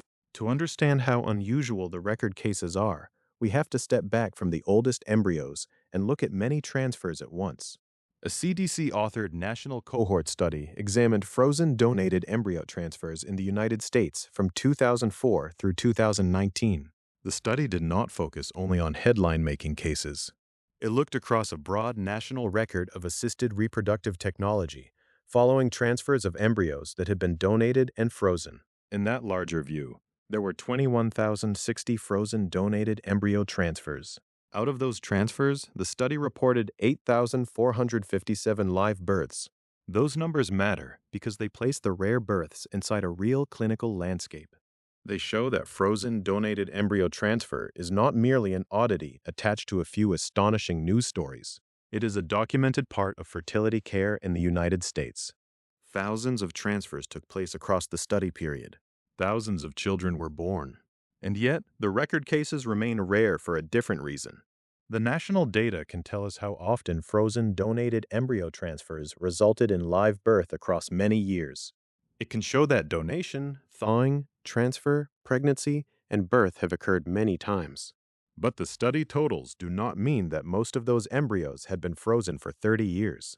They do not turn the Ridgeway or Pierce cases into ordinary events. Instead, they give us the field in which those cases happened. Think of it this way. The existence of thousands of live births from frozen donated embryo transfers tells us that the path is medically real.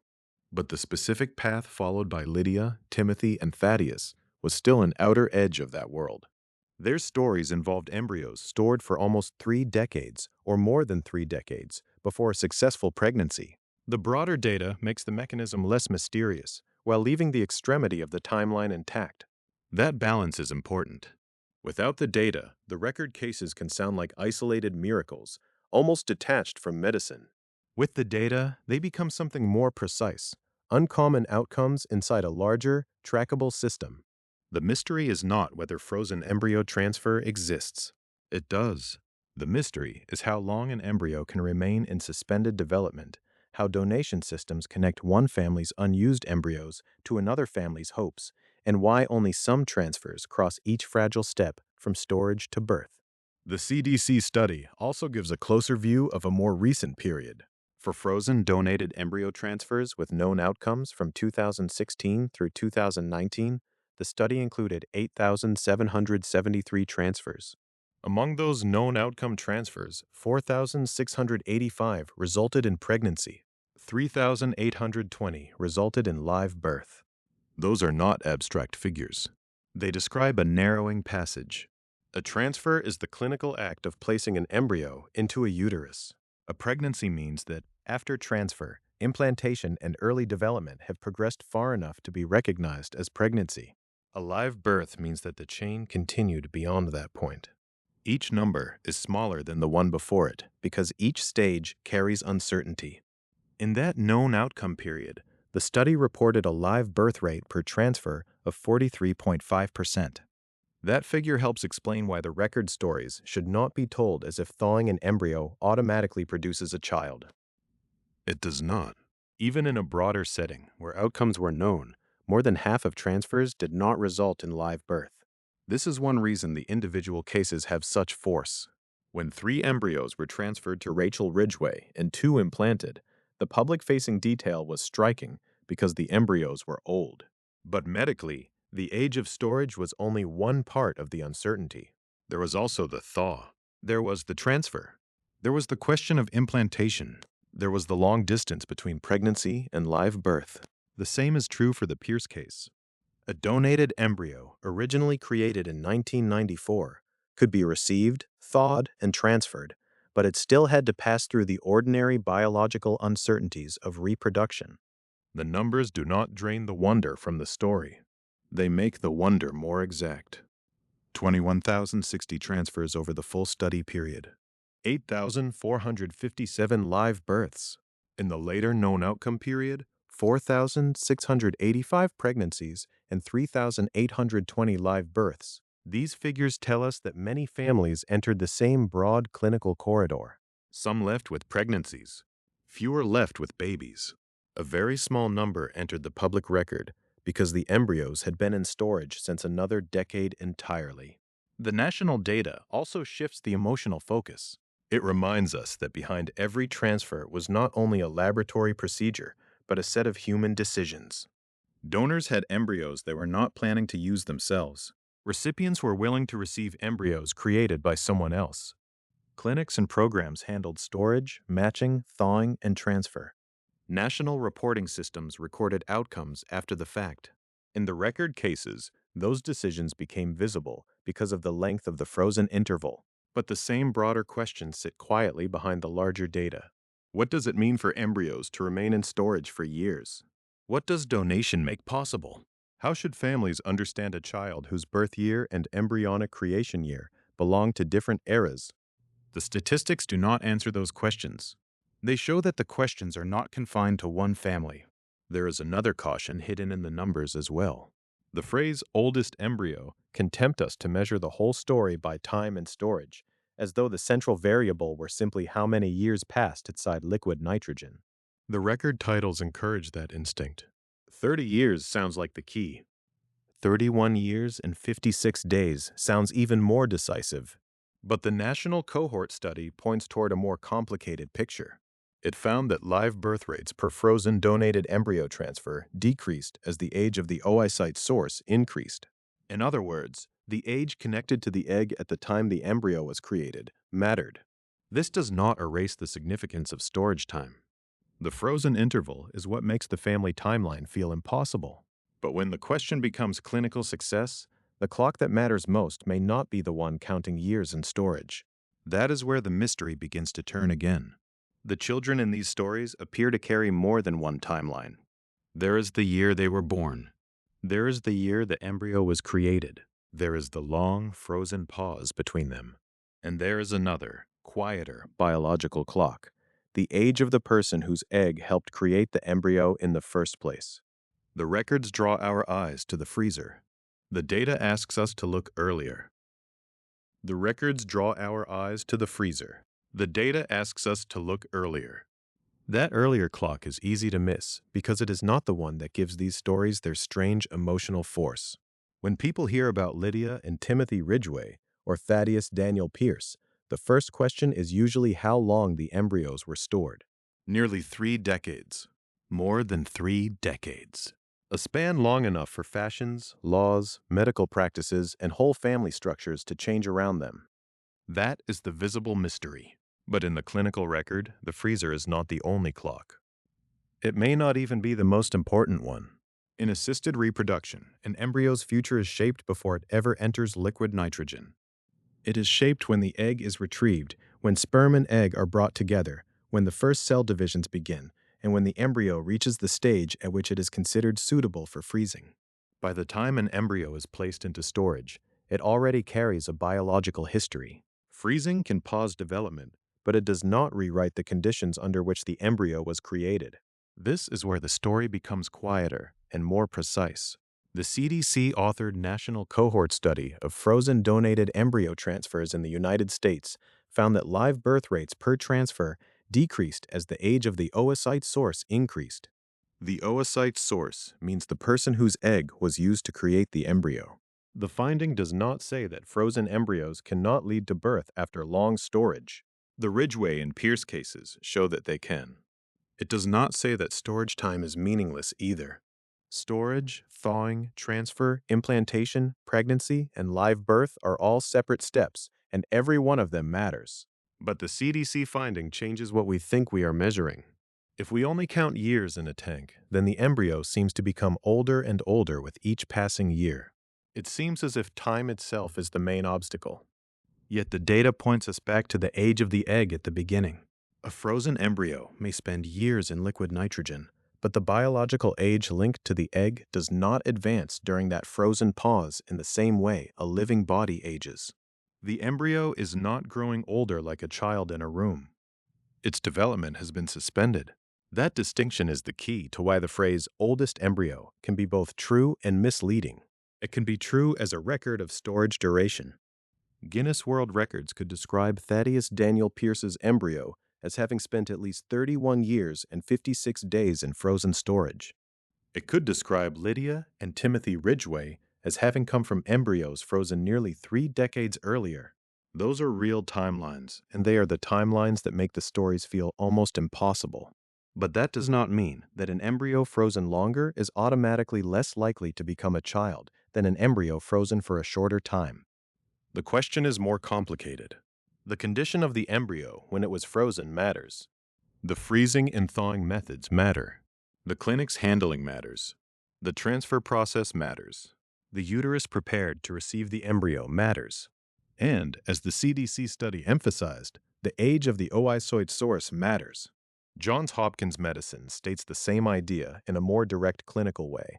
The chance of pregnancy from embryo transfer depends largely on the age of the woman when the embryos were created. That statement pulls the mystery back to the beginning of the embryo's existence, not the end of its storage. It asks us to look at the moment before the tank, before donation, before a receiving family ever appears in the story. This matters deeply for how we understand the record cases. In the Ridgeway case, Guinness World Records reported that the embryos were created through in vitro fertilization for an anonymous married couple, and that the eggs came from a 34-year-old donor. That detail is not just background. It belongs near the center of the medical explanation. The children were born on October 31st, 2022, after embryos that had been frozen since the early 1990s were transferred to Rachel Ridgeway. But the relevant biological clock connected to the eggs was not Rachel's age at the time of transfer, and not the number of years the embryos had waited in storage. It was the age of the egg source when the embryos were first created. That is not an intuitive idea. Ordinary family time runs from pregnancy to birth to childhood. We are used to measuring age from the day a person is born. A birth certificate creates a public clock. A birthday repeats it every year. A class photo freezes one moment in that visible life, the same grade, the same school year, children standing side by side as if their histories began on roughly the same page. Embryo donation unsettles that picture. It creates a hidden prehistory. A child may be born in the same year as classmates, but the embryo from which that child developed may have been created before some of the parents in the school community met, before a sibling was born, before a clinic changed ownership, before donor agreements were reconsidered, before national reporting systems counted thousands of transfers. Still, the clinical question is not simply, how old was the embryo in storage? It is also, how old was the egg source at creation? That is why the CDC finding matters so much. It prevents the story from becoming a simple contest of freezer time. If we imagine the freezer as the central danger, then every additional year seems like another step toward impossibility. But the national data suggests that the biological starting point remains crucial. A long frozen interval can be dramatic, rare, and emotionally startling. Yet the age of the oocyte source is one of the factors associated with whether a frozen donated embryo transfer results in live birth. The frozen pause is real, but it is not the same as ordinary aging. Johns Hopkins Medicine also notes that more than 95% of frozen embryos survive thawing. That figure should not be mistaken for a live birth guarantee. Survival after thawing is only one threshold. An embryo can survive thawing and still not implant. It can implant and still not lead to an ongoing pregnancy. A pregnancy can begin and still not result in live birth. The path from storage tank to newborn is made of separate gates, and passing one gate does not promise passage through all of them. This is part of why the record births remain rare in public memory. Not because the process is magical, and not because every long-stored embryo is doomed, but because success requires a chain of events to hold. The embryo must have been viable enough to freeze. It must be stored properly. It must survive thawing. It must be transferred into a prepared uterus. It must implant. It must develop through pregnancy. It must arrive as a live birth. When that happens after decades in storage, the result feels like a contradiction. But the contradiction is not that time was defeated. It is that time was divided. One clock belongs to the child's life after birth. Another belongs to the embryo's creation. Another belongs to the storage interval. And another belongs to the egg source at the time of creation. These clocks do not all move in the same way. They do not all carry the same meaning. A child born in 2025 is not 31 years old. A child born from an embryo created in 1994 has an embryonic origin that predates the birth by more than 3 decades. Both statements can be true. That is the delicate part of this story. The language we choose can either clarify the mystery or distort it. Calling a newborn a 30-year-old baby may capture attention, but it blurs the facts. The baby has not been alive as a child for 30 years. The embryo was stored. Development was paused. The birth was recent. The family relationship is current. The genetic origin reaches backward. The same care is needed when we talk about success rates. A long storage duration may be what draws headlines, but the CDC study and Johns Hopkins Medicine both point toward a more layered explanation. The age of the woman when the embryos were created, or the age of the oocyte source, can matter more to the chance of pregnancy than the number of years that later passed in frozen storage. And once we understand that, the record cases begin to look different. They are not just stories about endurance inside liquid nitrogen. They are stories about embryos created in one family context and born into another. They are stories about a biological beginning separated from a social beginning. They are stories in which a clinic, a donor, a receiving parent, and a future child are all connected by decisions made across years that ordinary family language was not built to hold. That is why the next difficulty is not only scientific, it is also human. Once an embryo can be created by one person or couple, stored for years, donated, transferred, and born into another family, the words around that process begin to matter. Some families and organizations describe it as adoption. Some medical and ethics groups prefer donation. Behind those words are legal meanings, emotional meanings, and questions that may follow donor-conceived people into adulthood. The freezer explains the pause. The oocyte source helps explain the chance of success. But the moment an embryo leaves one family story and enters another, the mystery changes again. It becomes a question not only of time, but of language, identity, and what families are allowed to call the beginning of a life. That is where the story becomes more than a record and more than a medical sequence. An embryo can be created in one family's fertility treatment, stored in liquid nitrogen, and later placed in the care of another family through a clinic or program. The signs can describe the freezing. The data can describe the transfer, but families still have to describe themselves. And the words are not neutral. In the public stories of children born from embryos frozen for decades, one phrase appears again and again: embryo adoption. It is used by some agencies. It is used by some families. It appears especially in settings where the embryo is spoken of not only as tissue, not only as a medical possibility, but as a potential child being welcomed into a home. For many people, the word adoption carries a familiar emotional map. There is a family who cannot raise or does not plan to use what is genetically connected to them. There is another family hoping to receive and raise a child. There may be applications, profiles, matching, waiting, and a sense of being chosen. That language can feel deeply meaningful to the people who use it. It can give shape to an experience that ordinary fertility vocabulary may not fully hold. A recipient parent may not simply feel that they received a medical donation. They may feel that a child entered their family through a path that resembles adoption in spirit, even if not in law. A donor may not feel they discarded unused embryos. They may feel they entrusted them to another household. A program may use adoption language because it reflects the way its participants understand the moral and emotional weight of the decision. But the American Society for Reproductive Medicine's Ethics Committee draws an important line. In its view, the term embryo adoption is misleading in a medical and legal context. ASRM prefers the term embryo donation. That distinction may sound technical at first, almost like a dispute over paperwork. But in this story, technical language is part of the mystery. The children in the class photo are not mysterious because their lives violate biology. They are mysterious because their timelines expose places where our words become unstable. Birthday, sibling, donor, parent, adoption, donation. Each one carries assumptions. Each one seems obvious until an embryo created in the early 1990s is born in the 21st century. ASRM's objection is not that families cannot have emotional experiences that resemble adoption. It is that embryos are not adopted through the same legal process as born children. Adoption, in the usual legal sense, concerns a child who has already been born, whose legal parentage is transferred or established through a child welfare or family law process. Embryo donation, by contrast, happens in the setting of assisted reproduction. It involves embryos created through in vitro fertilization, then donated to intended recipients, thawed and transferred medically. The legal parentage questions are different. The medical responsibilities are different. The counseling needs are different. So when ASRM says embryo adoption is misleading, the concern is precision. If the public hears adoption, they may imagine a child waiting in a nursery or foster home.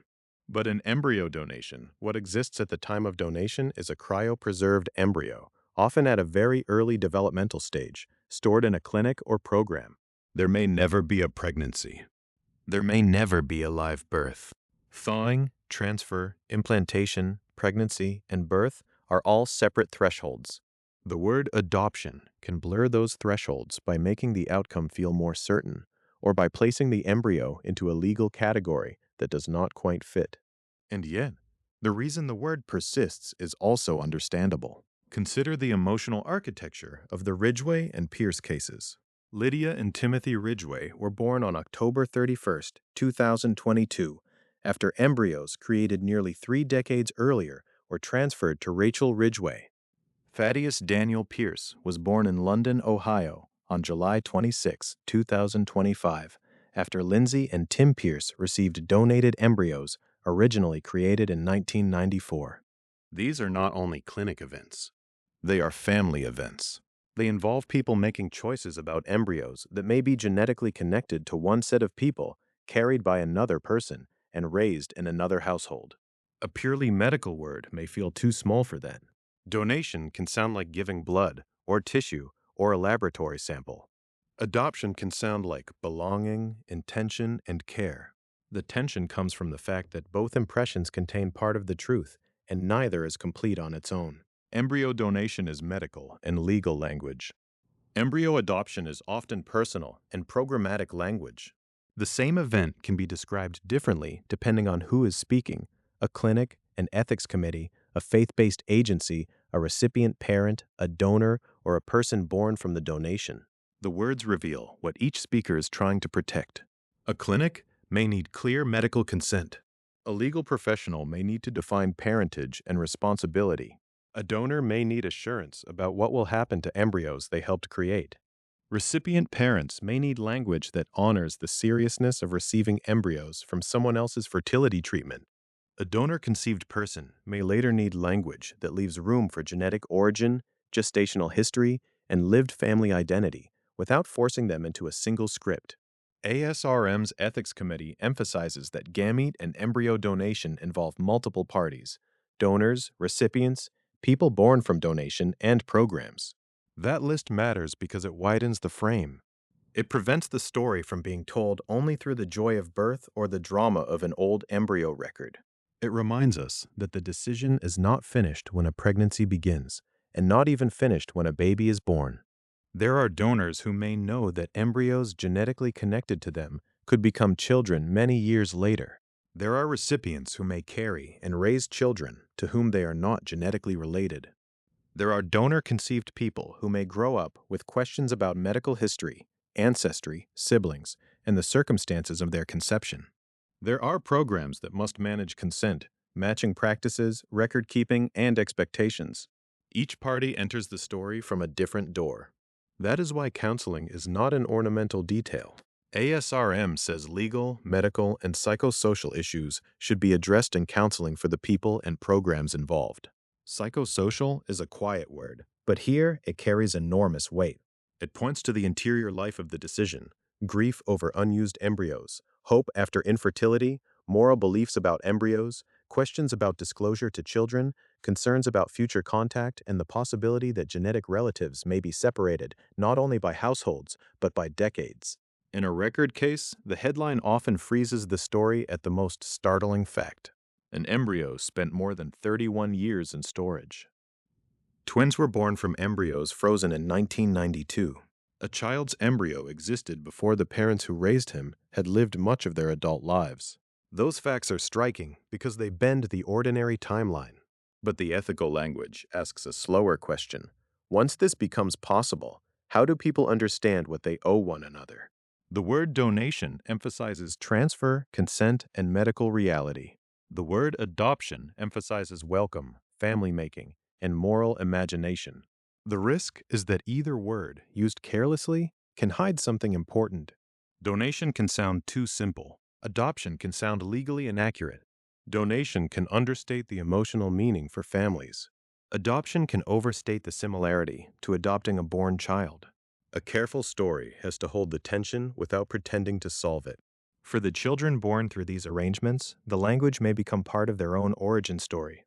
One family might say, "You were adopted as an embryo." Another might say, "You were born through embryo donation." Another might use both phrases, one for the heart and one for the paperwork. But as donor-conceived people grow, they may decide which words feel true to them.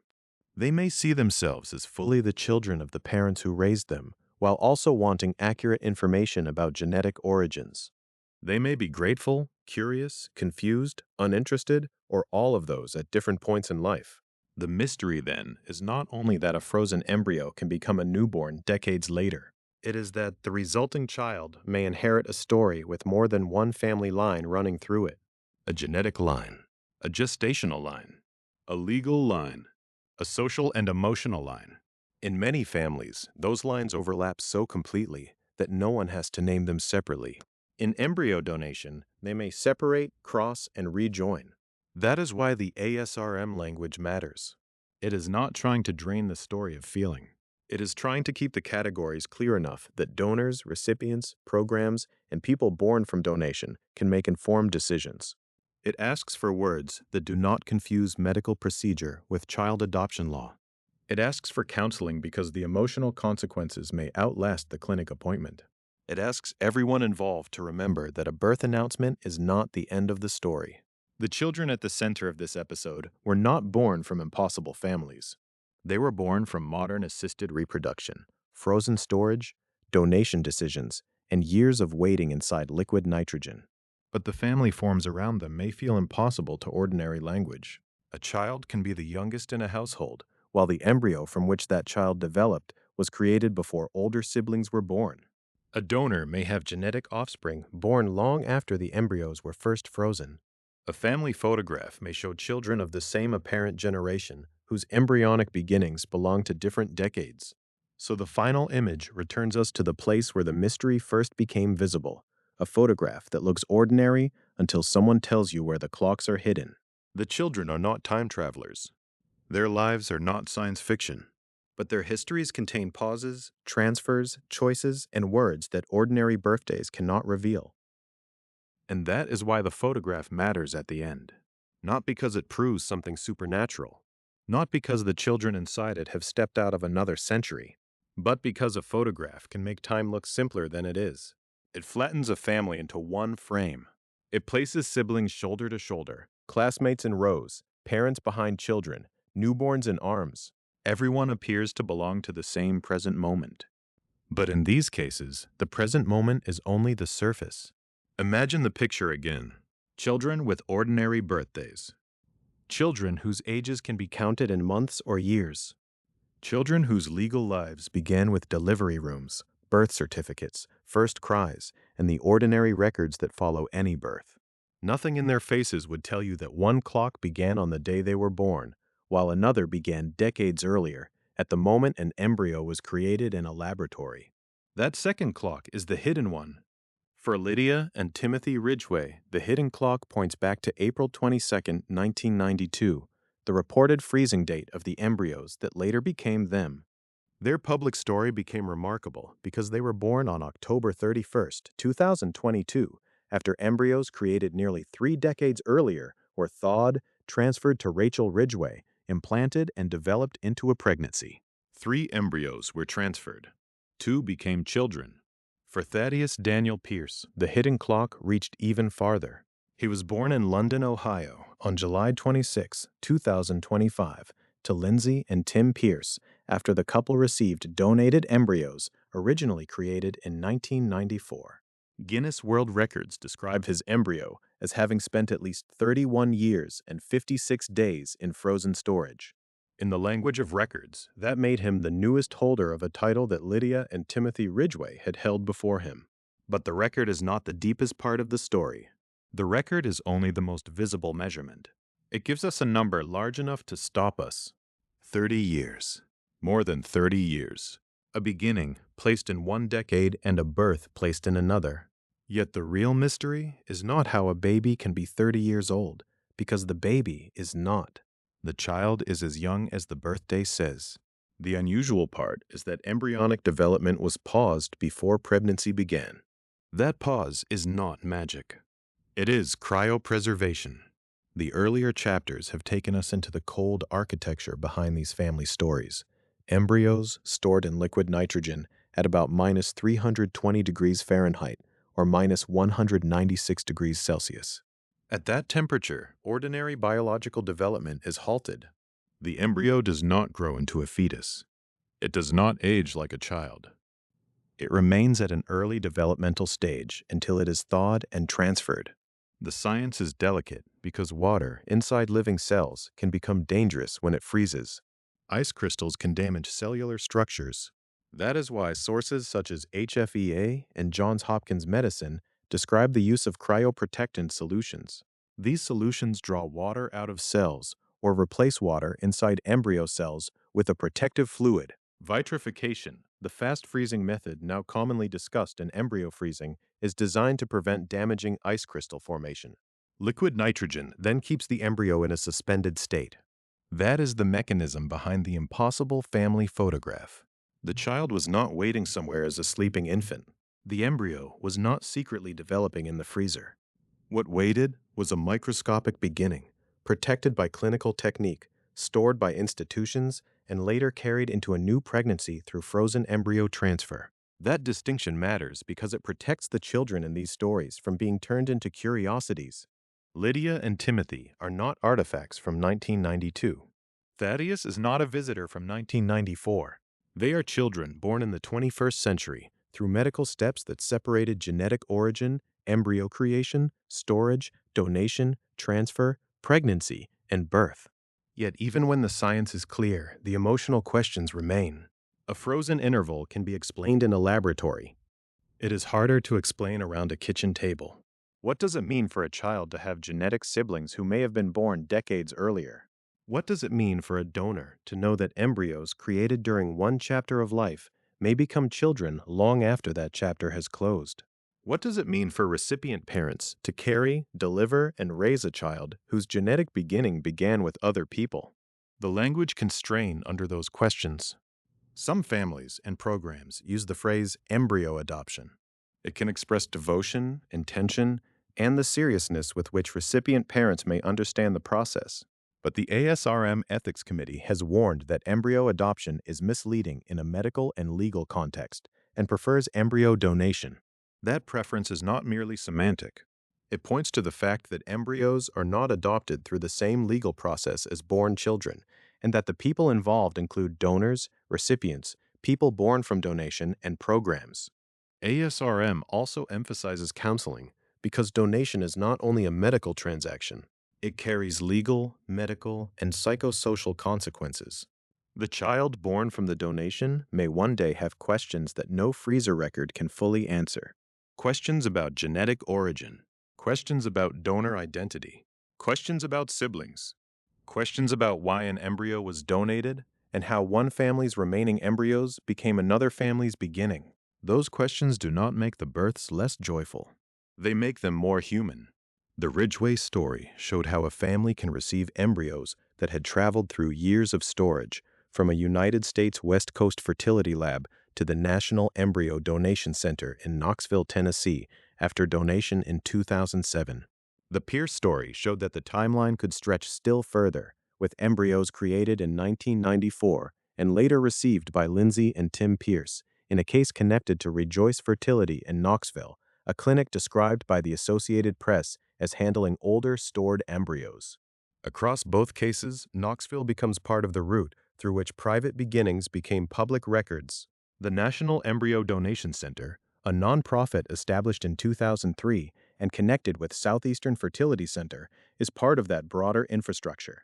But the deeper route is less geographic than temporal.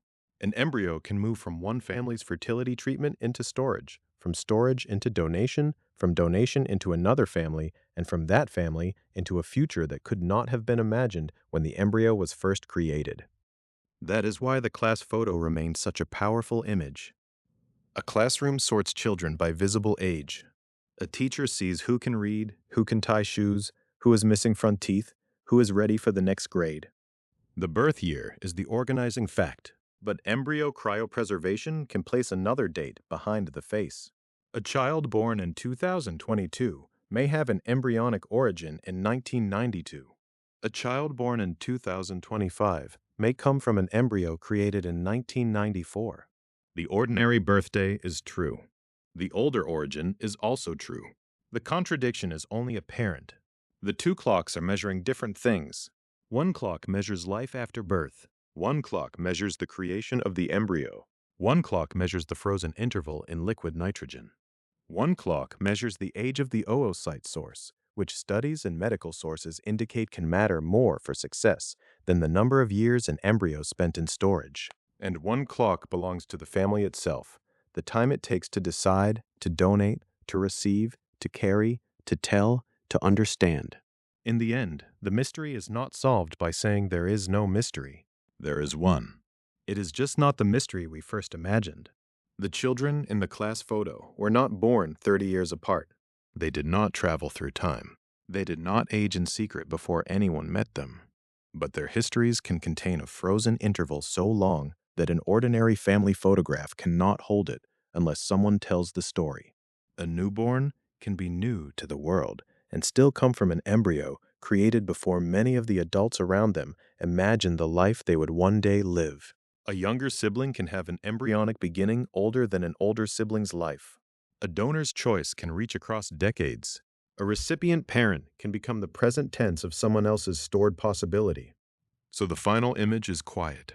A family gathers. A camera lifts. Children lean into one another, impatient and alive. The photograph captures 1 second, one household, one visible present. But behind it are laboratories, liquid nitrogen, vitrification, donation agreements, counseling rooms, records, losses, hopes, and decisions made years before the shutter clicked. More than one clock is ticking in the frame, and some of them had been silent for decades before they began again.